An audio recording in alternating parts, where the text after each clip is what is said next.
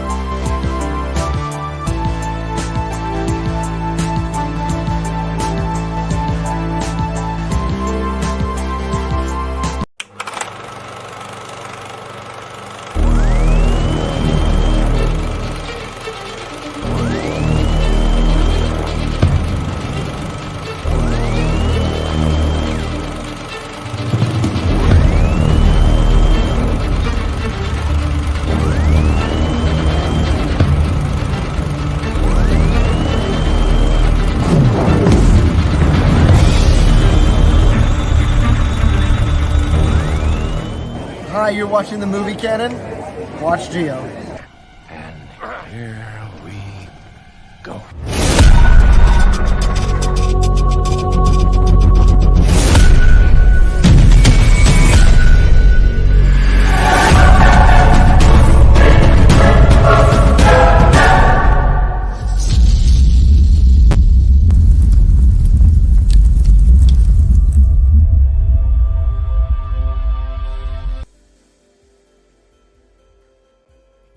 Hello everyone, welcome to my YouTube channel, The Movie Canon. I am Giovanni, and this is the Met Report, a show about movies, entertainment, and television news.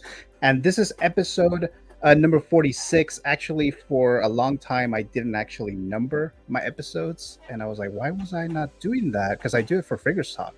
So this is actually the 46th episode of the Met Report. So here we are. So we're getting close to the 50th episode, but for today, I have a few guests here today. What I want to call here my Canon Council, right? That's where I call my panel here. And one of these individuals has been here before, but two of these new fellows here are brand new on my channel. So I'm very excited to also have them here. There's a lot of movie topics that we're going to talk about here. 2014, we're going to revisit that year. Some news from TV, other movie stuff, and then of course I have the mystery Funko Pop giveaway, which I'll give you guys more details in just a bit. But why don't we go ahead and bring my very first guest, and you know him as Mr. Brick Artemis. That's frightening. Okay. When you oh man. Okay. Okay, you got the point, Brick. Let's move on. I think I peed a little bit, but okay. Kids at the orphanage call me Dick. Well, children can be cruel. Yeah.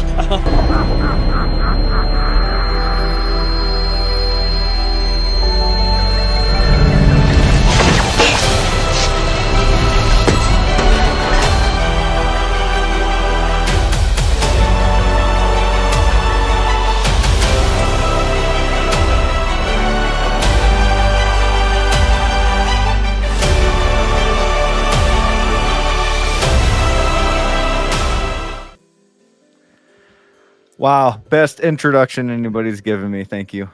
Thank you. Thanks so much for being here, Mr. Brick Artemis. I don't know how many times you've been on my shows, so I'm always excited to have you on here. Yeah, this is I was kind of counting, but I don't know if I missed a few or what, but I think this is about the 10th time we've streamed together.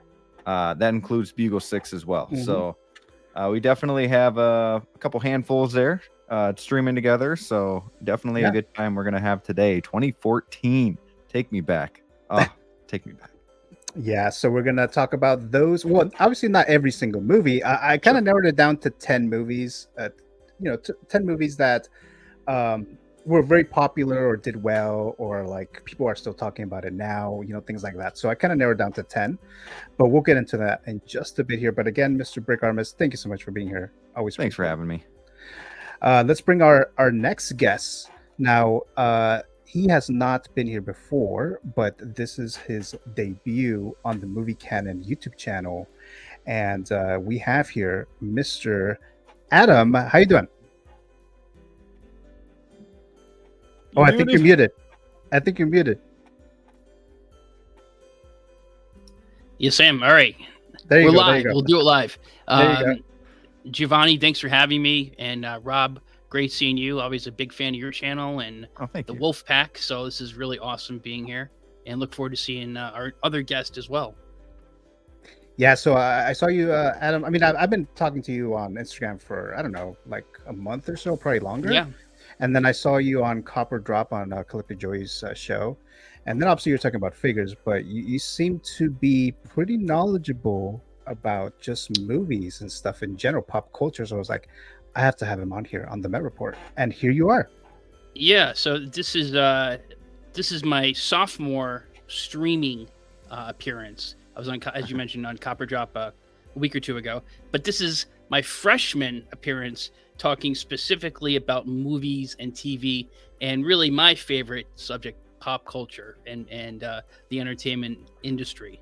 So the whole room, my whole home office here is hot toys and comics and entertainment. So I'm looking forward to diving back 10 years ago to 2014. Oh yeah, we'll get there in just a bit. We'll go into the time machine. And my next guest also, he has not been here before, and I'm very excited. He's also very knowledgeable about movies and things to that nature. You know him as the fact checker, Mr. Jose Plus. How you doing? Good, man. How's it going? How's everyone doing? Pretty good. Doing really well. Pretty good. Doing really well. Yeah, man, I'm excited to be on the show. Like I said, I had heard about you. I had seen some of your videos, some of your content. A lot of people would tell me it was like, oh, he does horror stuff. You like talking about horror too, and you see, like, it seems like a lot of people in the community don't really like talk about it as much. Yeah. So I had seen some of your content, but I had never actually met you, and it wasn't until CaliCon 2 weeks ago or so that we actually got to meet, and we were at Frankenstein's and we talked a little bit about horror. So here we are. Thank you so much for inviting me. Yeah, definitely, Jose. It was very nice meeting you, and it's always nice to have, within the six scale community space, that another person who's a big horror fan, right? So I was very excited to learn that you are a horror fan as well, and I definitely want to have you on here on a future episode of Horror Talk as well. So, thank you so much, guys, for being on here. So let's go ahead and get started with the chat. So it looks like there's a few in there here. Probably missing quite a lot of them right now, but we have Mr. 12-inch Moose Dream. Moose says, hello, community of movie lovers. Hello there, Moose. I also met him at CaliCon a couple weeks ago. Very nice meeting him as well. So thank you so much for being here, Moose, and loved your performances on the video that I did on the interview. That was a great video. That was kind of like, that was so unexpected, but I was like, I'm totally using all this shit. So it's like, yeah. So thank you so much for being here, Moose. And then, of course, Mr. Brick Artemis saying hello to Moose as well. And Adam, looking forward to talking movies and TV shows and looking at the year that was 2014. And we will definitely be doing that in just a moment. Moose, sing Babies Got Back Again. And definitely do that, Moose. I don't know where exactly, but definitely do that again there. So we have here, it says, yo at Brick, happy Saturday. So happy Saturday, everyone there. I like Big Butt, says he does. Yeah, he definitely certainly does. On record. Says, hi, Moose. Love seeing you on was that GSA video from the Collector's Con. Or Gio, there you go. Let's see. We all do Moose. Says yeah, Jose we do. Peace, I want Adam 12. Don't arrest me. If we found a real karaoke place, I would have burned the place to the ground. I totally believe that. So yeah, no, he actually I think it was Saturday night, or no, they were actually, no, was it Saturday or Friday night? One of those nights we were with the guys for CaliCon, and they were looking for a karaoke place that was open late so he could sing karaoke, because Moose really wanted to sing karaoke. Obviously, after you saw what he did at Calvin's barbecue, you obviously know that he's a very talented man, and so he definitely wanted to sing karaoke, and obviously he didn't get the chance to. So right. I believe him. I think he mentioned something about that when I was doing the interview. I think he said something like, well, I didn't get to do karaoke, so I'm going to do this. So that was funny. I'm glad I grabbed that footage there. Love jamming to this intro, says Brick Artemis. Thank you so much, Brick. Really appreciate it. Then my sister Alice is here saying, yo, says Alice. Hello, Alice, says Brick. Happy Saturday. Then there's applause, says Moose here. I bet you would have, Moose. Yeah, exactly. That's exactly what we said right now. I would totally believe all that stuff there. Easy bet, says Moose. My little brother Matthew says hi. So hello there, Matthew. He's somewhere around here. So hello there. No Bill O'Reilly references, please, says Moose. Is that from the LWO stuff, right? I think it's the LWO. I think it might be. Yeah, I think so. I think it has a little intro with Bill O'Reilly. Alice says, did you pick 2014 so Brick can talk about Interstellar? No. Well, the main thing is the 10th year anniversary, right? So 2024, and I know Brick is a big fan of the year. I mean, there's a lot of good movies in 2014. That's for sure, and then we'll talk about that. And I know he's a big fan of Interstellar, so maybe it's on the on the list, even though it's on the damn thumbnail. But there you go. Then my little brother, I can't even see what that is. It's an emoji of some sort. I can't even see what that is. But thanks for that, there, Matthew. Thursday. Says, he was confirming it was Thursday night that we were looking for the karaoke. Yeah, it was Thursday night. It says just no fear, says all right, so I think we're all caught up in the live chat. If there's any more, we'll obviously go back there as well.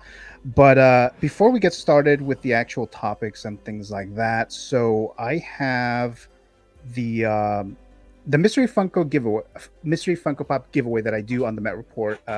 If there's at least 5 live viewers, I'll do the giveaway, and there's going to be a little emoji movie title that you have to guess at the end. So the rules always apply. You have to be a subscriber to the Movie Canon YouTube channel, a follower or the follower on the Instagram page, and must have an address within the United States. I'll give you guys more details if we get to that. And then I'm still doing the 1/6 scale Mondo Wolverine giveaway.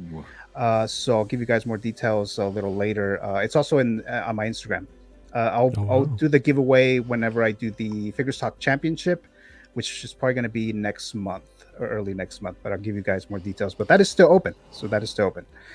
All right. So why don't we begin with the very first topic here? Now, this is Mortal Kombat 2. I think there's an image from the first one, but Mortal Kombat 2. I'm a big fan of this game. Growing up, I was obsessed with Mortal Kombat, that fighting game, particularly the second one. And the movies came out, right? The 1995 movie came out, and at the time, I really loved it. Since then, I noticed some issues, right? You know, as an adult, but I still like it. I still love it, though. I still love it. Mortal Kombat Annihilation is a complete train wreck. It's a complete disaster. The special effects look like video game, like Nintendo, like the first Nintendo video game graphics. So it's pretty bad. But even so, I'll watch it once in a while. And then we have the Mortal Kombat movie that came out in 2021. I'd say it's better than Mortal Kombat Annihilation, but it was still kind of disappointing. I was expecting a little bit more, but I'm still excited for Mortal Kombat 2. And it was supposed to come out, I believe, this year, but it looks like it was pushed all the way till next year, closer to the end of next year, October 24th, 2025. I'm not entirely sure why, because from my understanding of this, they were already done shooting this. Probably reshoots.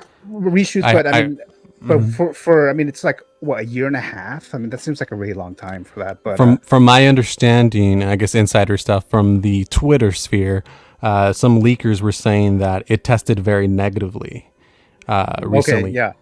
So I did hear about that. I wasn't sure if that's accurate because there's always information that say like, oh, so and so did they screened this movie or whatever. Like they screened Justice League like before it came out, and supposedly it was terrible. And I mean, I guess some people would say agree that it's still terrible, but we always hear things that they showed certain movies before it came out, and it's supposedly really negative. So it's kind of hard to. And then if it comes out that it actually wasn't true, but it's kind of hard to say. But I mean, that would make sense because they were done. So I would think that they would come out. This movie would come out at the end of the year. But Jose, are you were you a big fan of the game, or what were your thoughts on any of the movies? So like I was telling you, you asked me this, I think earlier in the week. I like Mortal Kombat. I wasn't super huge. I think that was my older brother. So I kind of everything. Now that I reflect on it, a lot of the things that I like were things that he was doing or playing, and that's kind of like how I would get into certain things because it's like I was like, oh, I have that Batman Forever Batmobile from Kenner, and he's like, oh, that was actually your brother's, or things like that. He's like things that he would watch, I would watch, and so on and so forth. And some of the toys he had were handy downs that I would keep, and so on and so forth. So Mortal Kombat was one of those things, and one of the things that I liked doing was playing. I showed you the picture. It was this game that had the DC Universe versus Mortal Kombat, and it was on Xbox. Well, it was also on PlayStation, but I had it on Xbox, and I loved playing the shit out of that game, man. It was so fun. It was so fun, and it was so cool. It was like it reminded me of like the old school arcade games when we were younger, playing those games in the arcade. So that was a lot of fun. So I liked the movies. I actually didn't see the old 90s movie until a few years ago. So I saw that one, and then I've never seen the sequel. and then I saw the new one in 2021, which I thought was okay as well. But I certainly was a little confused as to like where's the turtlement and who's this guy, this new protagonist, and so on and so forth. So Yeah, they brought in some character that is not in the game, Cole Mhm. Young, and it's kind of like it seemed like it was a combined character. Like it's supposed to be like Liu Kang, and I don't know, maybe to kind of look like maybe like Johnny Cage in one Mm. character, but they just made him up. So I wasn't a big Yeah. fan of that. But overall, yeah, I wanted more. They completely destroyed the whole Goro thing. So it's like I wanted a better Goro situation there, but that's what we got. So That's what I was asking myself in terms of like the Mortal Kombat. I'm like, the whole thing was that it's this tournament where people are fighting, right? I'm like, where's the tournament in the that new too. reboot? Like, where is it? I'm like, Right. Right, they didn't even get to that at all. It's like, oh, well, you'll get it in Mortal Kombat 2, maybe. But we have Carl Urban, who is now Yes. portraying Johnny Cage. Johnny Cage was my favorite character. Playing him maybe because he was an actor and there's some movie stuff going on. But I like playing him, so I was excited that they teased Johnny Cage and then they cast Carl Urban. I thought they were going to cast someone younger, but I'm fine. I'm fine with the casting there. But let's go to Mr. Brick Artemis. I think you're a fan of Mortal Kombat in general, right? Yeah, I'm a fan of Mortal Kombat. I was always more of a Tekken fan and Street Fighter, but I always still liked Mortal Kombat a lot. I just like fighting games in general. I remember going back to the video games a little bit. I remember my cousin had Mortal Kombat. I think it was 2. It might have been 3. I think it was Mortal Kombat 2 on the Super Nintendo. And I did not have a Super Nintendo at the time. I only had Sega, so I was used to, Street Fighter 2 and Sonic. And so when I would go over to his house, I was like, "Am I allowed to be playing this? Like, this is crazy." People are falling on spikes and ripping their heads off and all of that. So those are my first memories of Mortal Kombat. I loved the first movie, what was it, 95? Something like that. 95. Yeah, I really liked that movie. I watched that movie a lot growing up, but did not like any of the sequels. Now the remake, I remember the first one, when was it? I know it came on Max. Was it 2021? Yeah, 2021. That's when they were doing the Okay. hybrid Yeah. streaming and theatrical releases, or Yeah, they were trying that out, and I thought the movie started off really good. Mhm. When they attack, and it was a really, really good first half of the movie, and then the second half kind of fell off a little bit for me. But I'm still looking forward to the sequel. Yeah. I think they can do a lot with this, and hopefully, those screen tests, those reshoots, hopefully turn out to be a good movie, because Mortal Kombat needs it. I think movies like this need to exist. So hopefully it does well. Yeah, I mean, I'll be watching it for sure. Yeah.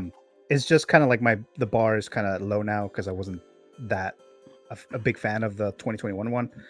But we'll see what happens there. How about you, Mr. Adam? What are your thoughts on this topic here? I played the game in the 90s when, you mentioned Mortal Kombat 2. I remember having that for Nintendo. When I first think of Mortal Kombat, besides the game when I played it in the 90s, the first thing that comes to mind, I think I shared this video with you on Instagram, Giovanni. There was an ad for the game back in the mid 90s, and it was a bunch of people of all ages, mostly young people, walking in the streets of a city and shouting like at the top of their lungs, "Mortal Kombat!" Right. Go to YouTube if you haven't seen this. You got to see this to believe it. They would never make an ad like this nowadays with the political environment out there, but they were all racing to a downtown to fight. And I remember being in my dorms with my friends during midterms, and everyone was trying to be quiet, studying, and we go outside the dorms shouting at the top of our lungs, "Mortal Kombat!" Wow. And we did not appreciate that. Let me just say. I'm sure. I'm sure. So I remember playing with my friends. I never saw the movies. I liked the game. I wasn't, but actually, Jose, you mentioned that DC Universe. I have that game with Xbox. I haven't played it in a while, but I would play it with my daughter. So that's a fun game.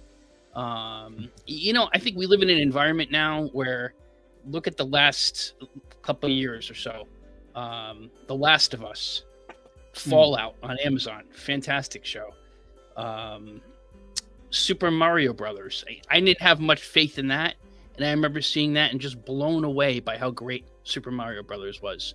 So I don't know what this, in terms of, I haven't been following what the production is in terms of reshoots. Could be bad, could be good. It's hard to say, but we live in a world now where if people are serious about the material and they love the material, you could have it doesn't matter what the property is, it could be a good movie. So, I think we got to see what turns out. You got Carl Urban in it, and I mean, he's awesome. I hear Carl Urban, I think, okay, well, at least I know one actor is of quality level that's going to bring some grit to the role. Yeah. So, how about the theme song, the Mortal Kombat theme song from the original movie? That's iconic. Second movie. Yeah. I love that song. Every time they played it, it was like, yes. And then I was hoping that they would bring it back somehow, even though it's not the same, universe or whatever. It's a different version of Mortal Kombat, but I was like, they should bring that. They should bring that in somehow. Maybe if it's like a remix of it, but I was a big fan of that. But let me look at the live chat one more time here. My brother says, can I play? Oh, you're talking about the mystery Funko? Sure, Matthew. Sure you can. So just keep watching a little later here. 12-inch Moose says no Adam 12 said we do it live. Yeah, he was referencing that was video. Muted. Remember? So I was remember? I was referencing okay. The Bill O'Reilly video. And Matthew says my MK1 main. We have Nick Bachman saying hi. Hello there, Mr. Nick Bachman. Thank you so much for being here. It's your nephew right there, Brick. Yep. Yeah, thanks so much for watching us here. Thanks for stopping by, man. Go for some pancakes after seeing that emoji. I know, right? Every time. Any other thoughts on MK2 before we move on to the next topic here? I mean, who knows about what I was mentioning about the whole test screenings? I mean, if it's true or not. But I mean, hopefully, I tend to be very apprehensive about reshoots, because sometimes they try to fix it and I feel like sometimes they make it worse. But we'll see. Hopefully it's for the best, and it's once it arrives, it's actually a better movie. So we'll see. I think it always depends on reshoots. Is it part of what they plan? Like Marvel movies, for what I understand their process, they bake the reshoots into the cake. They expect that there's gonna be reshoots. Now, some movies, if they go back through, like The Flash, I don't want to beat the drum on The Flash, but that movie had extensive reshoots, extensive edits. Yeah, and I think every time there was a new regime at Warner Brothers, there was a different cut. Yeah, there was another cut. Yeah. There's like, yeah, we don't know. It's just it's difficult to say what will happen when it comes to reshoots, but I guess we can be optimistic. I like to be optimistic about certain things like this, but like I said, I'm planning on watching this, and the MCU does schedule reshoots for this movie. I don't think it was, if that's the case, but especially since I think it was supposed to come out this year. But yeah, I guess we'll see what happens with this movie here. Let's see here. Look at another chat here. Yes, sir, says Nick Bachman. Used to be, what does that say? OG PFP. I'm not sure what the PFP means. Used to be Bubble Bass. Need to change it back soon. Oh, you're talking about the image picture. Okay. Got it. We have Mr. Evil Sneaker Steve says, good afternoon, panel and chat. Steve's here. Who let him in? We got to ban him. How are we doing, Steve? Thank you so much for dropping by, Steve. Greatly appreciate it. All right, so let's move on to the next topic here. And this is The Boys Season 4, premiering on June 13th, 2024. So there was a trailer that came out not too long ago, and I'm a big fan of this series. It's I think it's very, very well written. The characters are very, very well developed. The special effects are great. Just overall, it's one of those few shows that I would contend that is just entertaining from beginning to end. Like there's some series, some shows that have a little bit of, fluff in there, like an episode or two that is like, eh. But for The Boys, every single minute, I think it's captivating, and I love the show. So I'm glad they just recently greenlit season 5. So we're gonna get season 5. Homelander, all these characters are great. All of them. Homelander is an amazing character, and you just do not want to mess with that guy. He's just like terrifying, and he doesn't even have to do much. Just like a stare or just a look, and you're afraid, right? So, at least in my opinion, there. But great show. Coming back on June 13th, 2024. Let's throw this at Mr. Brick Artemis. Are you overall a fan of the show? I am a fan. Now, I am behind.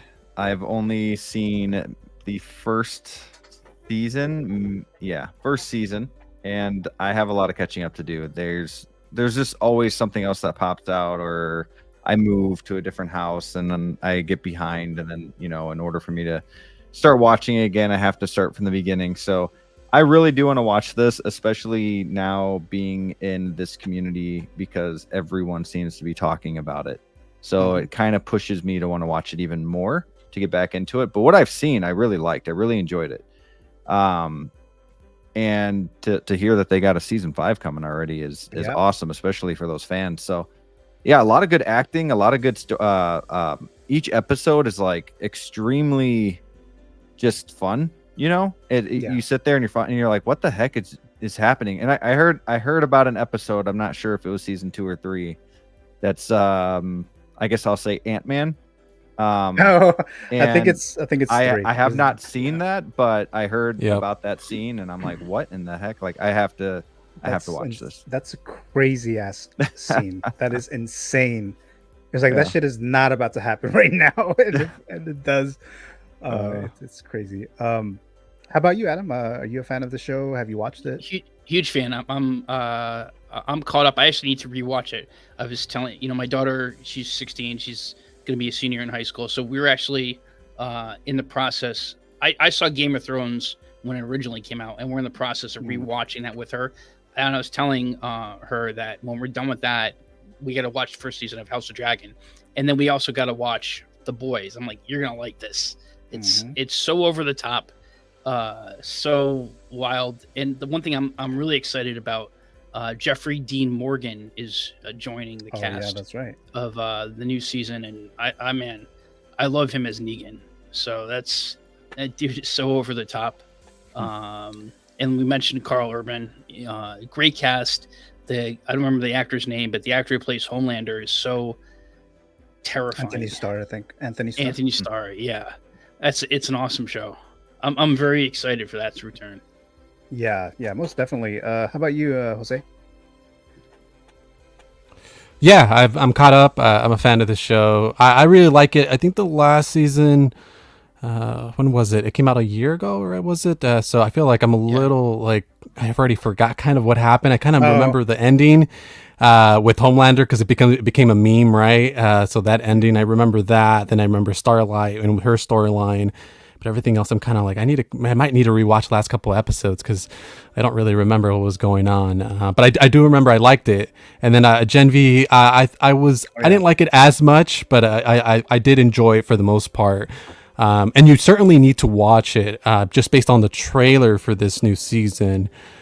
You definitely need to watch it to kind of understand what's going on because it's definitely going to be like the in between this this season and the new season. So you definitely need to catch up on that. So yeah, I'm a fan. I do like them. I've actually met Starlight. She was at LA Comic-Con. She was really nice. I started talking to her about like screenwriting and stuff like that. She was really cool. So yeah, I really like the show. So I'm excited for this new season. I hope it can live up to what they've been doing. It's kind of hard because it's like they feel kind of like they need to shock and awe every so often, and it's like, is that going to get tired, or is that going to continue to be entertaining because it's going to be even more wild every single time? So we'll see. You touched on something I was thinking about here. I was thinking, and I mentioned I got to rewatch the first 3 seasons. Watch my daughter, but I'm trying to remember some of the stuff. And the thing is, I know that this show came out week to week, but I ended up waiting till it was all out together, and I could just binge it over the course of like a week or 2 weeks. Okay. And that's, on the one hand, that's great, but the problem when you binge these shows is like you love them, and then like I don't want to say they're forgettable, but you forget what you saw, as opposed to some, the old way where we used to watch shows every week over the course of a season, and maybe the memory sticks in there. I don't know. Okay. It's just a different way of consuming media. I always feel like Yeah. now when a new season comes out, I got to rewatch what happened before. Yeah. Everything I don't know if you blends guys in find that. together, and then you only remember certain parts, and yeah. There's just so much out there to see, and it There starts is. blending after a while. Yeah. Yep. And then this new season premieres on June 13th, as you see there in the image, and they're dropping 3 episodes, which I think that's what they've been doing since this show has premiered. Prime usually just drops like 3 episodes usually, and they're doing this here, and it's gonna go all the way till July 18th. So it's gonna be a total of 8 episodes. So that's The Boys season 4. Let's look at the live chat here. Let's see here. So we have Mr. Yomo saying, yo, what's up, everyone? Hello, Yo. Mr. Yomo. Thank you so much for being here. Really appreciate Yomo. it there. Then we have just saying hello to Steve. I have to finish Gen V. And yes, Yeah. Gen V, I really did like Gen V. Like you said, Jose, it's not as good as The Boys, but it's a very good companion, spin-off show. It's really good. So I really enjoy that. It's kind of sad that the lead passed away, and they're they're going to Yes, recast very him. tragic. Hmm. Yeah, I think that I like that actually, because they put out a really nice statement about how they're going to rework the storyline so that way they can kind of honor him and not recast him, because that's often the debate, right? Like, do you recast to kind of continue the character because maybe the arc of that character wasn't complete, so do you recast, or do you just is it like I feel like it's such a gray area what you do in that situation. But I did really like the statement, and I think it makes sense, and I think they're gonna maneuver that and gracefully and hopefully honor him in a nice way there. Yeah, I think kinda that's like what they're gonna the have to whole do in Star Chadwick Boseman. Wars. What was that? Yeah. That's what they have to do in Star Wars with Balin Skull. They're gonna Oh, have to that's right. recast That's him. right. Presumably, yeah. that's what they're gonna do. Yeah, there was like the huge debate too with Carrie Fisher. Well, I mean, with the sequels, I mean, it's a whole other thing. But whether they use that old footage or they recast, and I was just like, I'd rather they not have someone in, like, not have her character if they're going to recast. But then there was other people making the argument that they should cast, a Meryl Streep or one That's of what I these heard, caliber too. actress, what I Right. mean, to kind of recast. And I was like, no, no, just nah, just like. It just didn't make any sense for me. And he was like, oh, that's the best way to honor. I remember I heard an argument. He was like, the best way to honor that actor is to carry on and pass the baton. And I was like, no, it's like, that's her character. Yeah, It's like they're one in the same. You know what I mean? So it's Yeah. like, how can you recast? It doesn't make any sense. If anything, just don't have that character in the film, you know what I mean, off screen or something. I don't know. You don't have to kill them off. Often there's like, oh, well, we can't bring back that certain actor. Let's just kill them off screen. You don't have to do that either. You know what I mean? Sometimes not everyone's in the same story at the same time. So I don't know. People complicate things when it comes to that, but it doesn't have to be that way. Yeah, there's definitely always debate when it comes to that stuff. Like with Chadwick Boseman too, it was like, do you recast or what do you Yeah. do? But, Yeah. And that got really heated too. There's like a lot of people that are like, oh, we need that character in the MCU. So there's like a lot of like backlash that they decided to, not do that with the second movie. So my brother Matthew says Amazon Prime superhero shows are great. I think he's talking about Invincible, because Invincible is also Invincible, yeah. a great Invincible's great awesome. show on Prime. It's animated, but it's also amazing as well. My sister Alice says frick Homelander. So she's not a fan of character there. Moose, Dream, and Steve. Just saying hello to them right there. Nope, Alice, says Matthew. We have here, because like you're talking amongst yourselves here. Let's see. First episode of season 3. Oh, you're talking about that. The Ant-Man. Ant-Man. Yeah. Okay. Yeah. And then Matthew, you were like quite a bit younger when that episode came out, so. Oh. So, watching that show. Okay, let's see here. So thanks, man. Let's see. Looks like you're still talking amongst yourselves there. Let's see. Matthew says Gen V was also great. Yeah, so there's another one there. Debbie Rostelli saying hi there, or hi D. Says Miss Debbie Rostelli, thank you so much for being on here. She's always on my shows here on the live streams in the live chat. So thank you so much for being here. Just saying hi to Debbie there. And then Jedi Night's Watch, Mr. Graham says, hey everybody, happy Saturday. Hey, Thanks so Graham. much for being here, Graham. Really What's up, appreciate buddy? you being on here. Let's see here. Okay, it looks like we're caught up in the live chat. So let's move on to the next one. And I think Let's particularly watch right here in the house. Oh, wow. Hey. Oh shit! I did not even Yo. notice that right now. Oh, man. wow. Came out of nowhere. I love Graham? it. buddy. Oh wow! Just broke into my house. How What's we going doing, on? everybody? Watching the movie canon. Here it is. He came out of the phone and got there. Gosh, good to So see you're you like guys. what we're talking about, Ant-Man coming out of my. Never mind. I'm not gonna All right.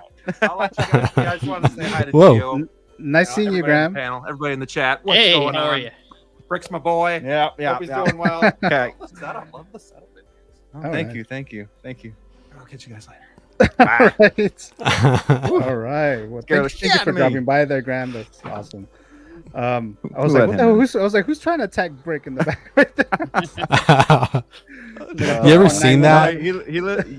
He lives across the street. Families are all Oh. hanging out, so he figured he'd probably hop on by and have a good time. So Oh, nice. Oh, Nice. that's awesome. That reminds me, there was like this video that was circulating kind of during COVID time, and it was like I think you might know what I'm talking about, Gio. But Yeah. it was like these kids. I saw it like on TikTok or whatever, and they're like in a class, and like the kid wants to get out of class, so he like in the background you kind of see him get like there's somebody goes into his house and assaults him and beats him up and all that. There's like this whole thing that's happening in the background of this class, so it's really really funny. Yeah.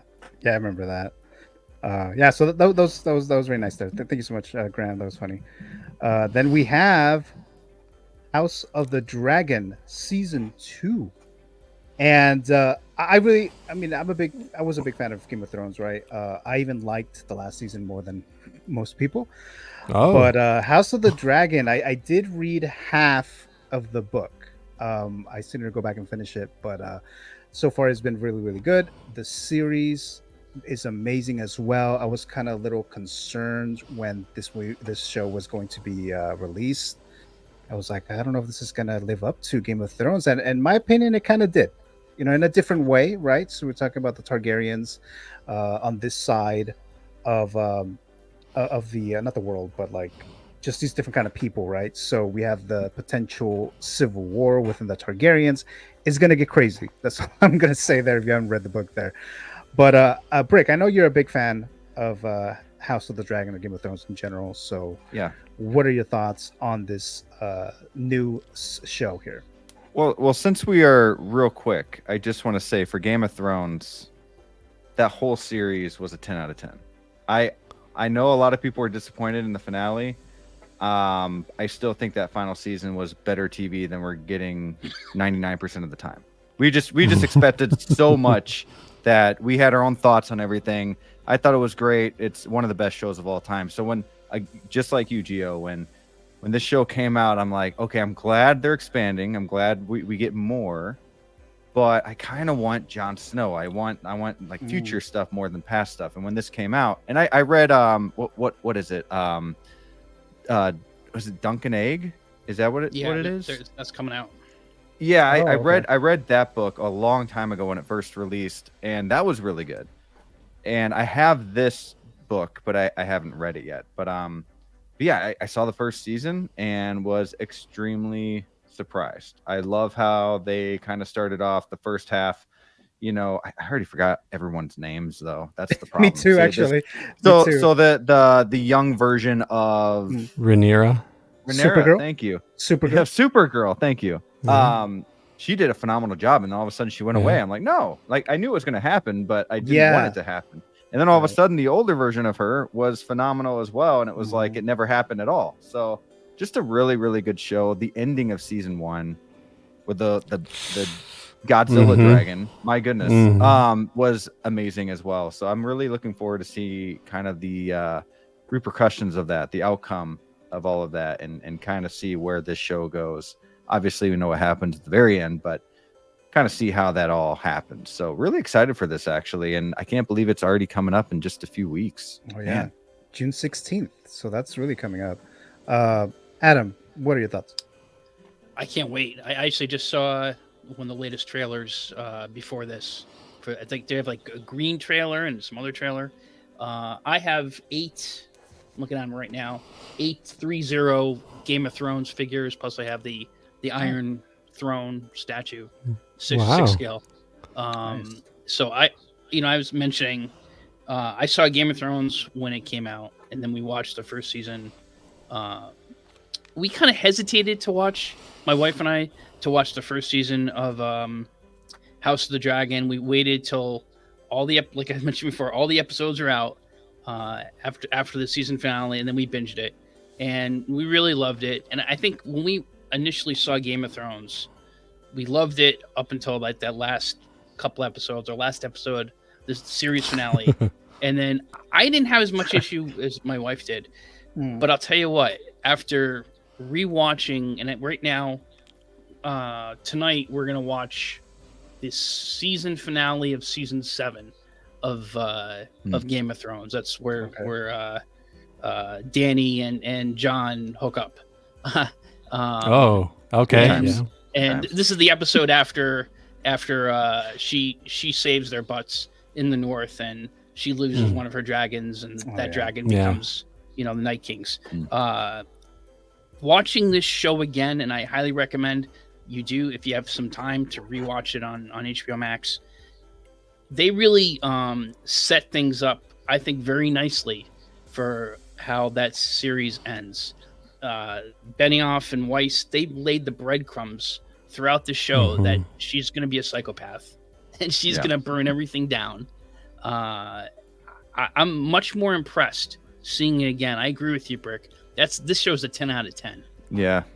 I need to rewatch. I need to watch the whole series, but especially seasons 3 and 4. 3 and 4 were like, you're never gonna see something like that again. When Arya is with the Hound, and you have Jamie with, oh my gosh, Brienne of Tarth. Brienne of Tarth, yes, and just there's a lot of good storyline there in seasons 3 and 4, and then season 5, I think at the end of that, that's when Jon Snow dies, right? So, spoiler. Well, he doesn't. So yeah, it was just there was just so much good in that series, and with Daenerys, you see a lot of that throughout the whole series. That she does some crazy stuff to get what she wants, and voila, we see what happens at the end. And like you were saying, that what our expectations. I think when I first watched that show, I didn't realize at first who the important characters really were. And so, and it's shocking, like obviously the first season, Ned Stark, and then the third season with the Red Wedding. So characters you think are important, they take them out. Other characters, I mean, by the third or fourth season, you see, okay, Jon Snow, Daenerys, Tyrion Lannister are important characters. But I didn't think Bran was important. But they clearly set him up from the first episode. This guy's important. He started this whole thing when he got thrown out that window. And I didn't think he was important. I didn't think he mattered. But no, they lay things out, from the beginning where this is going. I think there's also issue with some of the dialogue. I mean, I can get behind, him being king or whatever's, but the whole thing with Tyrion, and he's like, it kind of felt like it was the writers kind of like forcing it down your throat, where it was like, let's finish it right now. Let's just put it all in 10 minutes. He's like, who has a better story than Bran the Broken? And it's just like, what do you mean? Almost maybe Jon Snow, maybe. It's like there's like you can list like a whole list of cast members that have a better story than Bran the Broken. But I mean, it's just little things like that. Arya never uses her face thing in that last season, so it's like her arc all goes to the garbage. It's like, what was that for then? And it's like, and everybody was like, oh, she's gonna appear with Jaime and with Cersei, and then you're gonna find out she's gonna get her revenge on the whole list. I'm like, they set up the whole thing about her having her list and getting her revenge with Cersei, and what happened? Garbage. I mean, I don't know. I mean, and then we never got Jon Snow versus the Night King. We never Oh got yeah, so they give that to Arya, even though the payoff has been it's like for seasons that it's going to be a confrontation between Jon Snow and the Night King, and then they give that to Arya, which had the actors scratching their head like, what? Like, Arya gets the kill, like so it's like, and it's like I feel like they were trying to pull Ryan Johnson and subvert expectations and like, we're gonna do something different and not give you what you thought you were gonna get, and I think it completely backfired. It just with Go Arya ahead. getting the kill, I'm fine with, but let there be a fight with Jon or something else going on in the meantime. I want to see Jon and the Night King fighting. Like ever since what, episode 8 of season 5 or whatever, when he's doing this whole thing, rising the it's like let's go. Like this is gonna happen, and it doesn't. So yeah, even though I still think it's a 10 out of 10 show, there's some things that I wish we would have seen. But this is the only show or movie, whatever, that I've seen where I tell myself I'm not watching this ever again, because why the hell did they just kill this guy off, and then not being able to get enough, and so I continue to watch because it's just that good. It's the first show in so long that I actually got with people, sat down, made dragon egg cookies, and had a big feast with some rotisserie chickens, and eating like just an event. having good times. Like it was always an event every week, every Sunday, yeah. And people talked about it. It was all over stores. Like you don't get that a lot. Oh yeah, The no, thing 100%. And then the thing that I remember specifically for the last season is Benioff and Weiss. I know they were tapped to do the Star Wars project or whatever, and I feel like it was kind of rushed because we only got like 6 episodes for the last season when we normally would get 10 episodes, and it took so long from the what was what's the last season? Is it the 8th season? 8, yeah. Yeah. So it's from season 7 to season 8. They took so long. They took like 2.5 years or something like that. See, And it's like, oh, they're taking their time, and then we get like, oh, it's only going to be 6 episodes. And I know that they just had found out about the whole Star Wars project, and that shit didn't even go through. So it's kind of like, I feel like they needed at least the 10 episodes to kind of like lay a little bit more breadcrumbs, like you said, Brick, with the whole Danny Jose. thing. Even though there was, I know that there was, that was quite Adam, a bit I think. I don't before that. Oh yeah, maybe it was Adam. But yeah, so that was kind of my issue there. But overall, But it's it's just like Brand goes the whole season 8 saying, "Oh, I don't want the throne," or he's like, "Oh, I'm a cripple. I can't be the man of the North or whatever's." And then like he's there and he's like, "Oh, so we're thinking about you being king." And he's like, "Oh, why do you think I came this whole way?" And it's like, what?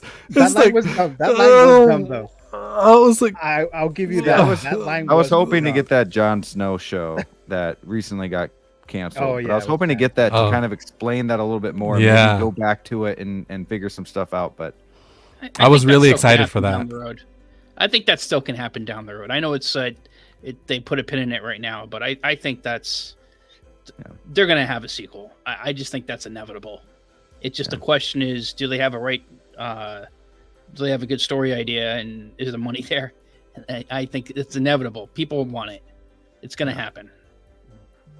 hope so. All right, let's look into the live chat real quick here again. So that was great. Says Brick, Jedi dropping by. Says I came to steal beer, and I had to say hi. So they were saying I can't wait for House of the Dragon. So yeah, that's coming out next month. And then Yomo says it took me a second to realize that was Jedi. I thought Brick was about to get robbed by someone. Yeah, I know. like, I was like, what the hell's going I on? thought it was over my there? kid walking in at first. I was like, no, please. It says, damn, June is stacked, says Yomo. Yeah, and then there's a show that I'm not even going to talk about, the Acolyte, the Star Wars show. Kind of talked about it, the Star Wars talk a couple weeks ago, so that's why I'm not going to bring that up right now. But says, we all want a dragon, right? Says the Raselli, and yeah, we all want a dragon for sure. All right, so let's move on to the next one here. These next like 3 are all part of the MCU, so I'm just gonna run through these pretty quickly. I will say I am really excited for House of Dragon season 2. I didn't say that, so Yeah. Oh, okay, yeah, Dude, yeah, it's gonna that's be right. great. I'm really excited for that. The And guy with the patch. His name. Yeah. The guy with the patch. Yeah, that guy's awesome. That guy is scary cool, man. Yeah. Yeah. They've already set up the confrontation with his uncle, with Damien. So Yeah. that's well, if you know the books, Gio, you know what I'm talking about. You said you read it, so you know what I'm talking about. So I read half of it, but I know what you're talking about. I did get to that part. I did get to that part. Okay. Loki Collector, Mr. Calvin. my dudes. Sup, y'all? Hello there, Mr. Calvin. What's up, for Calvin? dropping by here. What's up, man? Greatly appreciated there. Okay, so let's move on to these MCU projects, right? So we have Agatha All Along, Ironheart, Daredevil, Born Again. Okay, so this one, Agatha All Along. So obviously this is the villain, Agatha from the WandaVision, right? The witch or whatever.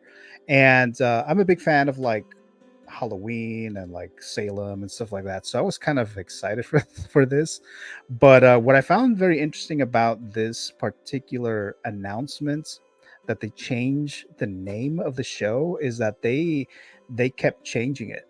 Right, so they first said it was going to be called this. I actually don't have the names. Like I know Dark one of them Diaries or something. Yeah, one of them is that. One is Darkness of Darkness, Coven of Chaos, and then it was just Agatha, and I think they did like a joke one that says something about the lying witch and its wardrobe or something like that. Mm-hmm, and then they announced this Agatha All Along. So it was kind of like a little marketing, little I don't know, gimmick, I guess, which I thought was kind of cool actually, because it'd be like, okay, so this is the final title. It was Agatha All Along, so I thought that was kind of fun. So I am kind of excited for this, though my expectations are kind of low because the MCU just in general has been pretty not that good so lately. So for lack of a better word there, Ironheart, I'm not really that interested in this. I know they introduced her in Black Panther, Wakanda Forever. I may watch the first episode of this and see how that goes. And then, of course, a lot of people are waiting for Daredevil Born Again. So I didn't actually watch most of the Netflix show. I will, of course, check this out and see how that goes. I tried watching Echo, wasn't a fan of it. But let's go back to Mr. Brick Artemis. What are your thoughts on any of these projects? I don't know too much about Ironheart. I'm gonna be honest. I'm gonna ask a really dumb question. Is that Iron Man's daughter or no? Who is No. that? Did you see Wakanda Forever? I watched, I want to say 65-70% of it. Okay, She's a Riri student Williams? at MIT. Yeah. Okay. And then Her. okay. Gotcha. She was one that's really smart, and they go find her, and Yep. kind of the whole plot revolves around They her. find her at the school and all Yeah. that stuff. Yeah. Okay, University so of that's Chicago. her. Okay. Yeah. Does she ever get in that suit in the movie? I don't. Yes, at the end. Yeah, Oh, she does. okay. You should catch the ending, man. I will. And it was pretty okay. So real quick, I'll make it 2 seconds. My problem with that movie is I watched The Way of the Water first, Avatar, and then I started watching Wakanda, and it was like they're coming up on, it looks like whales from the water. I was like, I just saw this movie. I like it was like the water. I don't know. It's very familiar, and I just didn't finish it. But I do want to watch it again. It was pretty good. But I'm a huge fan of the first Black Panther too. So, but Agatha, I'm looking forward to that. I heard, and I don't know if it's a for sure thing or not, but I heard that all of these fake titles are actually titles of the episodes that are coming out. Oh, I think I heard that, but Yeah, I'm not that's sure. So, but I don't know if that was like a legit source or what. But so that's pretty cool. I'm kind of hoping at the end of this we see Scarlet Witch kind of come and save the day and become good again, to where then I don't know, something where she shows back up the MCU, because there was talks about her solo movie. Whether or not that actually happens, it'd be kind of cool. But yeah, I really liked this character, and I kind of didn't at the same time during WandaVision. She had like that really annoying voice, but I wanted more of it because it did remind me of like a Hocus Pocus, or those old school Halloween movies that we watched, or Halloween Town or something like that. It was just kind of fun to watch. So I'm looking forward to this. I'm glad it's coming out. It looks like fall time, so definitely going to catch this show and have fun with that. So Daredevil, on the other hand, dude, you got to watch the Netflix Daredevil series. That is some of the best superhero TV stuff you're ever going to see, maybe other than The Boys, I guess. But this is, I'm really excited for this. I hope that we I hope we see a lot of Kingpin. I hope we see a lot of the Punisher. I Mm. know he's supposed to be coming back, but I hope he actually Yeah. plays a big part in it because the guy that played Punisher, the name is John escaping me. Bernthal. Yes, he did a phenomenal job. Like season 2 of Daredevil is top notch. So good. So him back in here, it's gonna be a lot of fun. I'm looking forward to it. And Yeah, I'm 'cause glad they're bringing back the red suit. That I mean, oh, that's right. I use this image because it looked cool to me, but I don't think he's gonna actually be in the show. But yeah, I actually met Charlie Cox, but I haven't actually finished watching the series. So, Oh wow! Did you get yeah, something 'cause- signed, or you just met No, him? Charlie, I love the no. show, man. It was great. It's just it was just a photo op. I know my brother's a big fan of Daredevil, of this Netflix show, so I just went with him and met him. You're probably like, oh, you were in No Way Home, right? right. And I think he was in what is that name of the movie? Stardust, I think it was called a Yes, long time mhm. ago. Yeah. Mhm. So we got Wow, that. was and him. That's crazy. Yeah, it was. And then how about you, Mr. Adam? Yeah, go ahead, Adam. So let's start with Agatha All Along, or Dark, whatever it's called. I thought she was Catherine Hahn, who is this character actor who's been in a million things. That was really a breakout role for her as Agatha Harkness, and I thought she stole the show in WandaVision. I really liked WandaVision. I really loved her character. Did I want a whole show with her? I don't know. Having said that, I'm gonna watch it because I'm a Marvel MCU stan. I see everything they come out with. I don't like everything at the same level, but I'll see. Right. I watch everything. I watched what's the one they just came out with that with the Kingpin. She's a Native American. Echo. Echo. Echo. I thought that was pretty good. It seemed like they ran out of money at the end there, and I don't know. It was kind of that seemed like a budget issue how they wrapped that up, that fight scene, but I thought that was a pretty good show. I was surprised by that.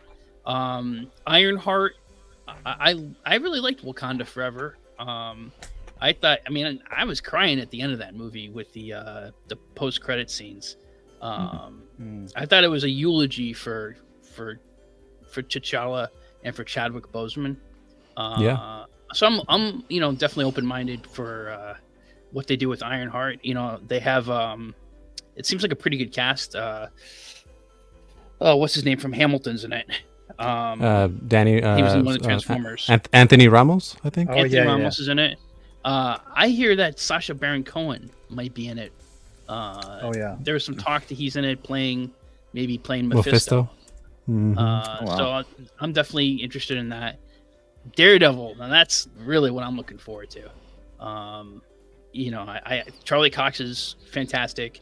Vincent D'Onofrio, and of course, like you said, John Bernthal as Punisher. I'm looking forward to that. I'm looking forward to see if there's any other cameos from other Marvel characters who may show up in this. Who they didn't, because of like the weird dispute they had when it was on Netflix between Marvel Television and Marvel Studios.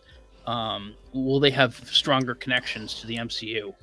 Yeah, they keep talking about how Spider-Man 4 is going to be more street level. So I wonder if maybe at least Tom Holland will make a quick 2-second appearance. But I know Sony's really iffy on cameos. So there was a rumor I read over the during the week. It was on Twitter or wherever that the next Avengers movie is going to have 2 lead bad guys. One is going to be Kang, so I assume they're going to recast him, obviously, and then a more street level bad guy, and that makes me think it's going to be Kingpin. I don't know. Who knows? That's interesting. How about you, Jose? Well, with Agatha, I like Catherine Hahn. I'm a fan of hers. If you look at her resume, she's always been in like a lot of movies, and she always plays like the best friend. She's a lot of romantic movies, right? And she's always like the best friend or so. So her kind of getting her kind of standalone show, I kind of feels like it's overdue. I think she's had a few shows like on HBO and things like that, non-superhero stuff that she's done as well, and she's been kind of kind of straying away from her usual best friend role, all right, which is usually what she plays, the second leading lady. So I'm excited for that reason. But in terms of Agatha, I don't know. I felt like when it comes to WandaVision, that finale was probably like the weakest finale. Like it didn't for me, it didn't really work. I just felt like it was a little all over the place. I always criticize, oh my God, I'm forgetting her name, but she was just in the Marvels. What's her name? And Rambo. Yeah. Oh, Monica, okay. right? Monica. She has Monica that. She's in the show, and she has this one line. This has nothing to do with Agatha, but she has this one line where she's like, "Oh, these people would never know what you went through." He's like, the people that she's been brainwashing for weeks. It's like, what? It's like she kind of like saying like, "Oh, they should sympathize for what you've gone through," and it's just like, I don't know. I'm not trying to be nitpicky, but as you know, as you guys know, I studied to be a writer and things like that. So it's like little things like that just really gets to me. It's just like, what are you talking about? Like, just, anyways. But I'm not sure we need a show for her, but I'll watch it, because I like Catherine Hahn and I think she's overdue to have some spotlight. And hey, maybe we'll get a hot toy that can match with our figures. So that'd be cool. That'd be crazy. So Would you buy her? Maybe I'd certainly be open to it. Yeah. So maybe, when it comes to Ironheart, I did like her, and Wakanda Forever. I just mentioned it. I was already forgetting. So I did like her in Wakanda Forever.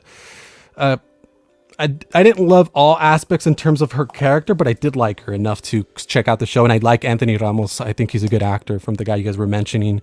He's going to be in a lot of things. He's also going to be in the Twisters movie and a few other things. So yeah. So he was in Transformers, the last one, which I actually enjoyed. What was it? I skipped that one. It's actually enjoyable. It's actually enjoyable. You should watch it. Pretty good. Yeah, so you check it out.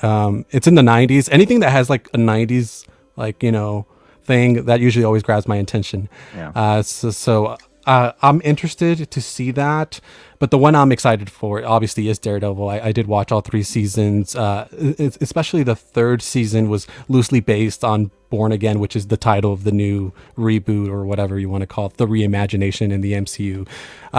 What was really interesting is that they had originally, or had already started, you guys probably know all this, but they had already started filming this show, right? And then apparently they stopped production and then basically scrapped everything.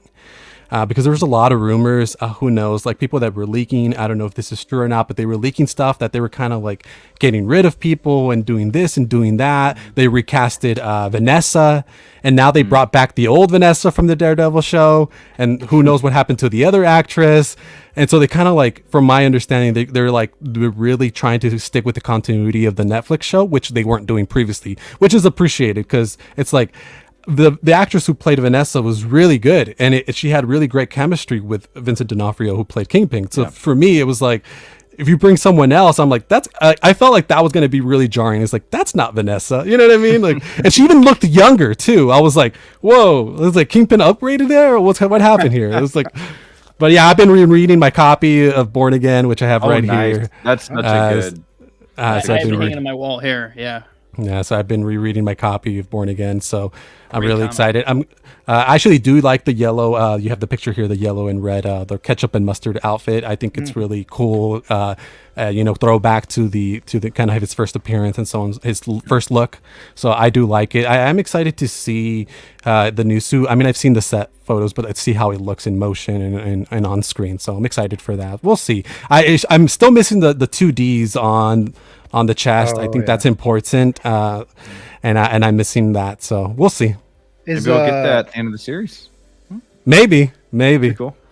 But also, no. Go ahead.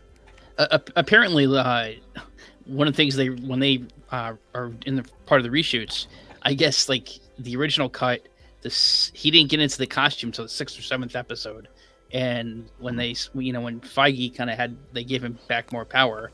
He said, "I don't think this is going to fly with fans." That it's not. It's until episode 6 or 7 until he actually wears the costume. And that's problematic. Is Vanessa the girl that they help in the first episode, right? She works at an art gallery, and never mind. has a relationship with her. I'm thinking Yeah. of someone else. Never mind. You're talking about Karen Page.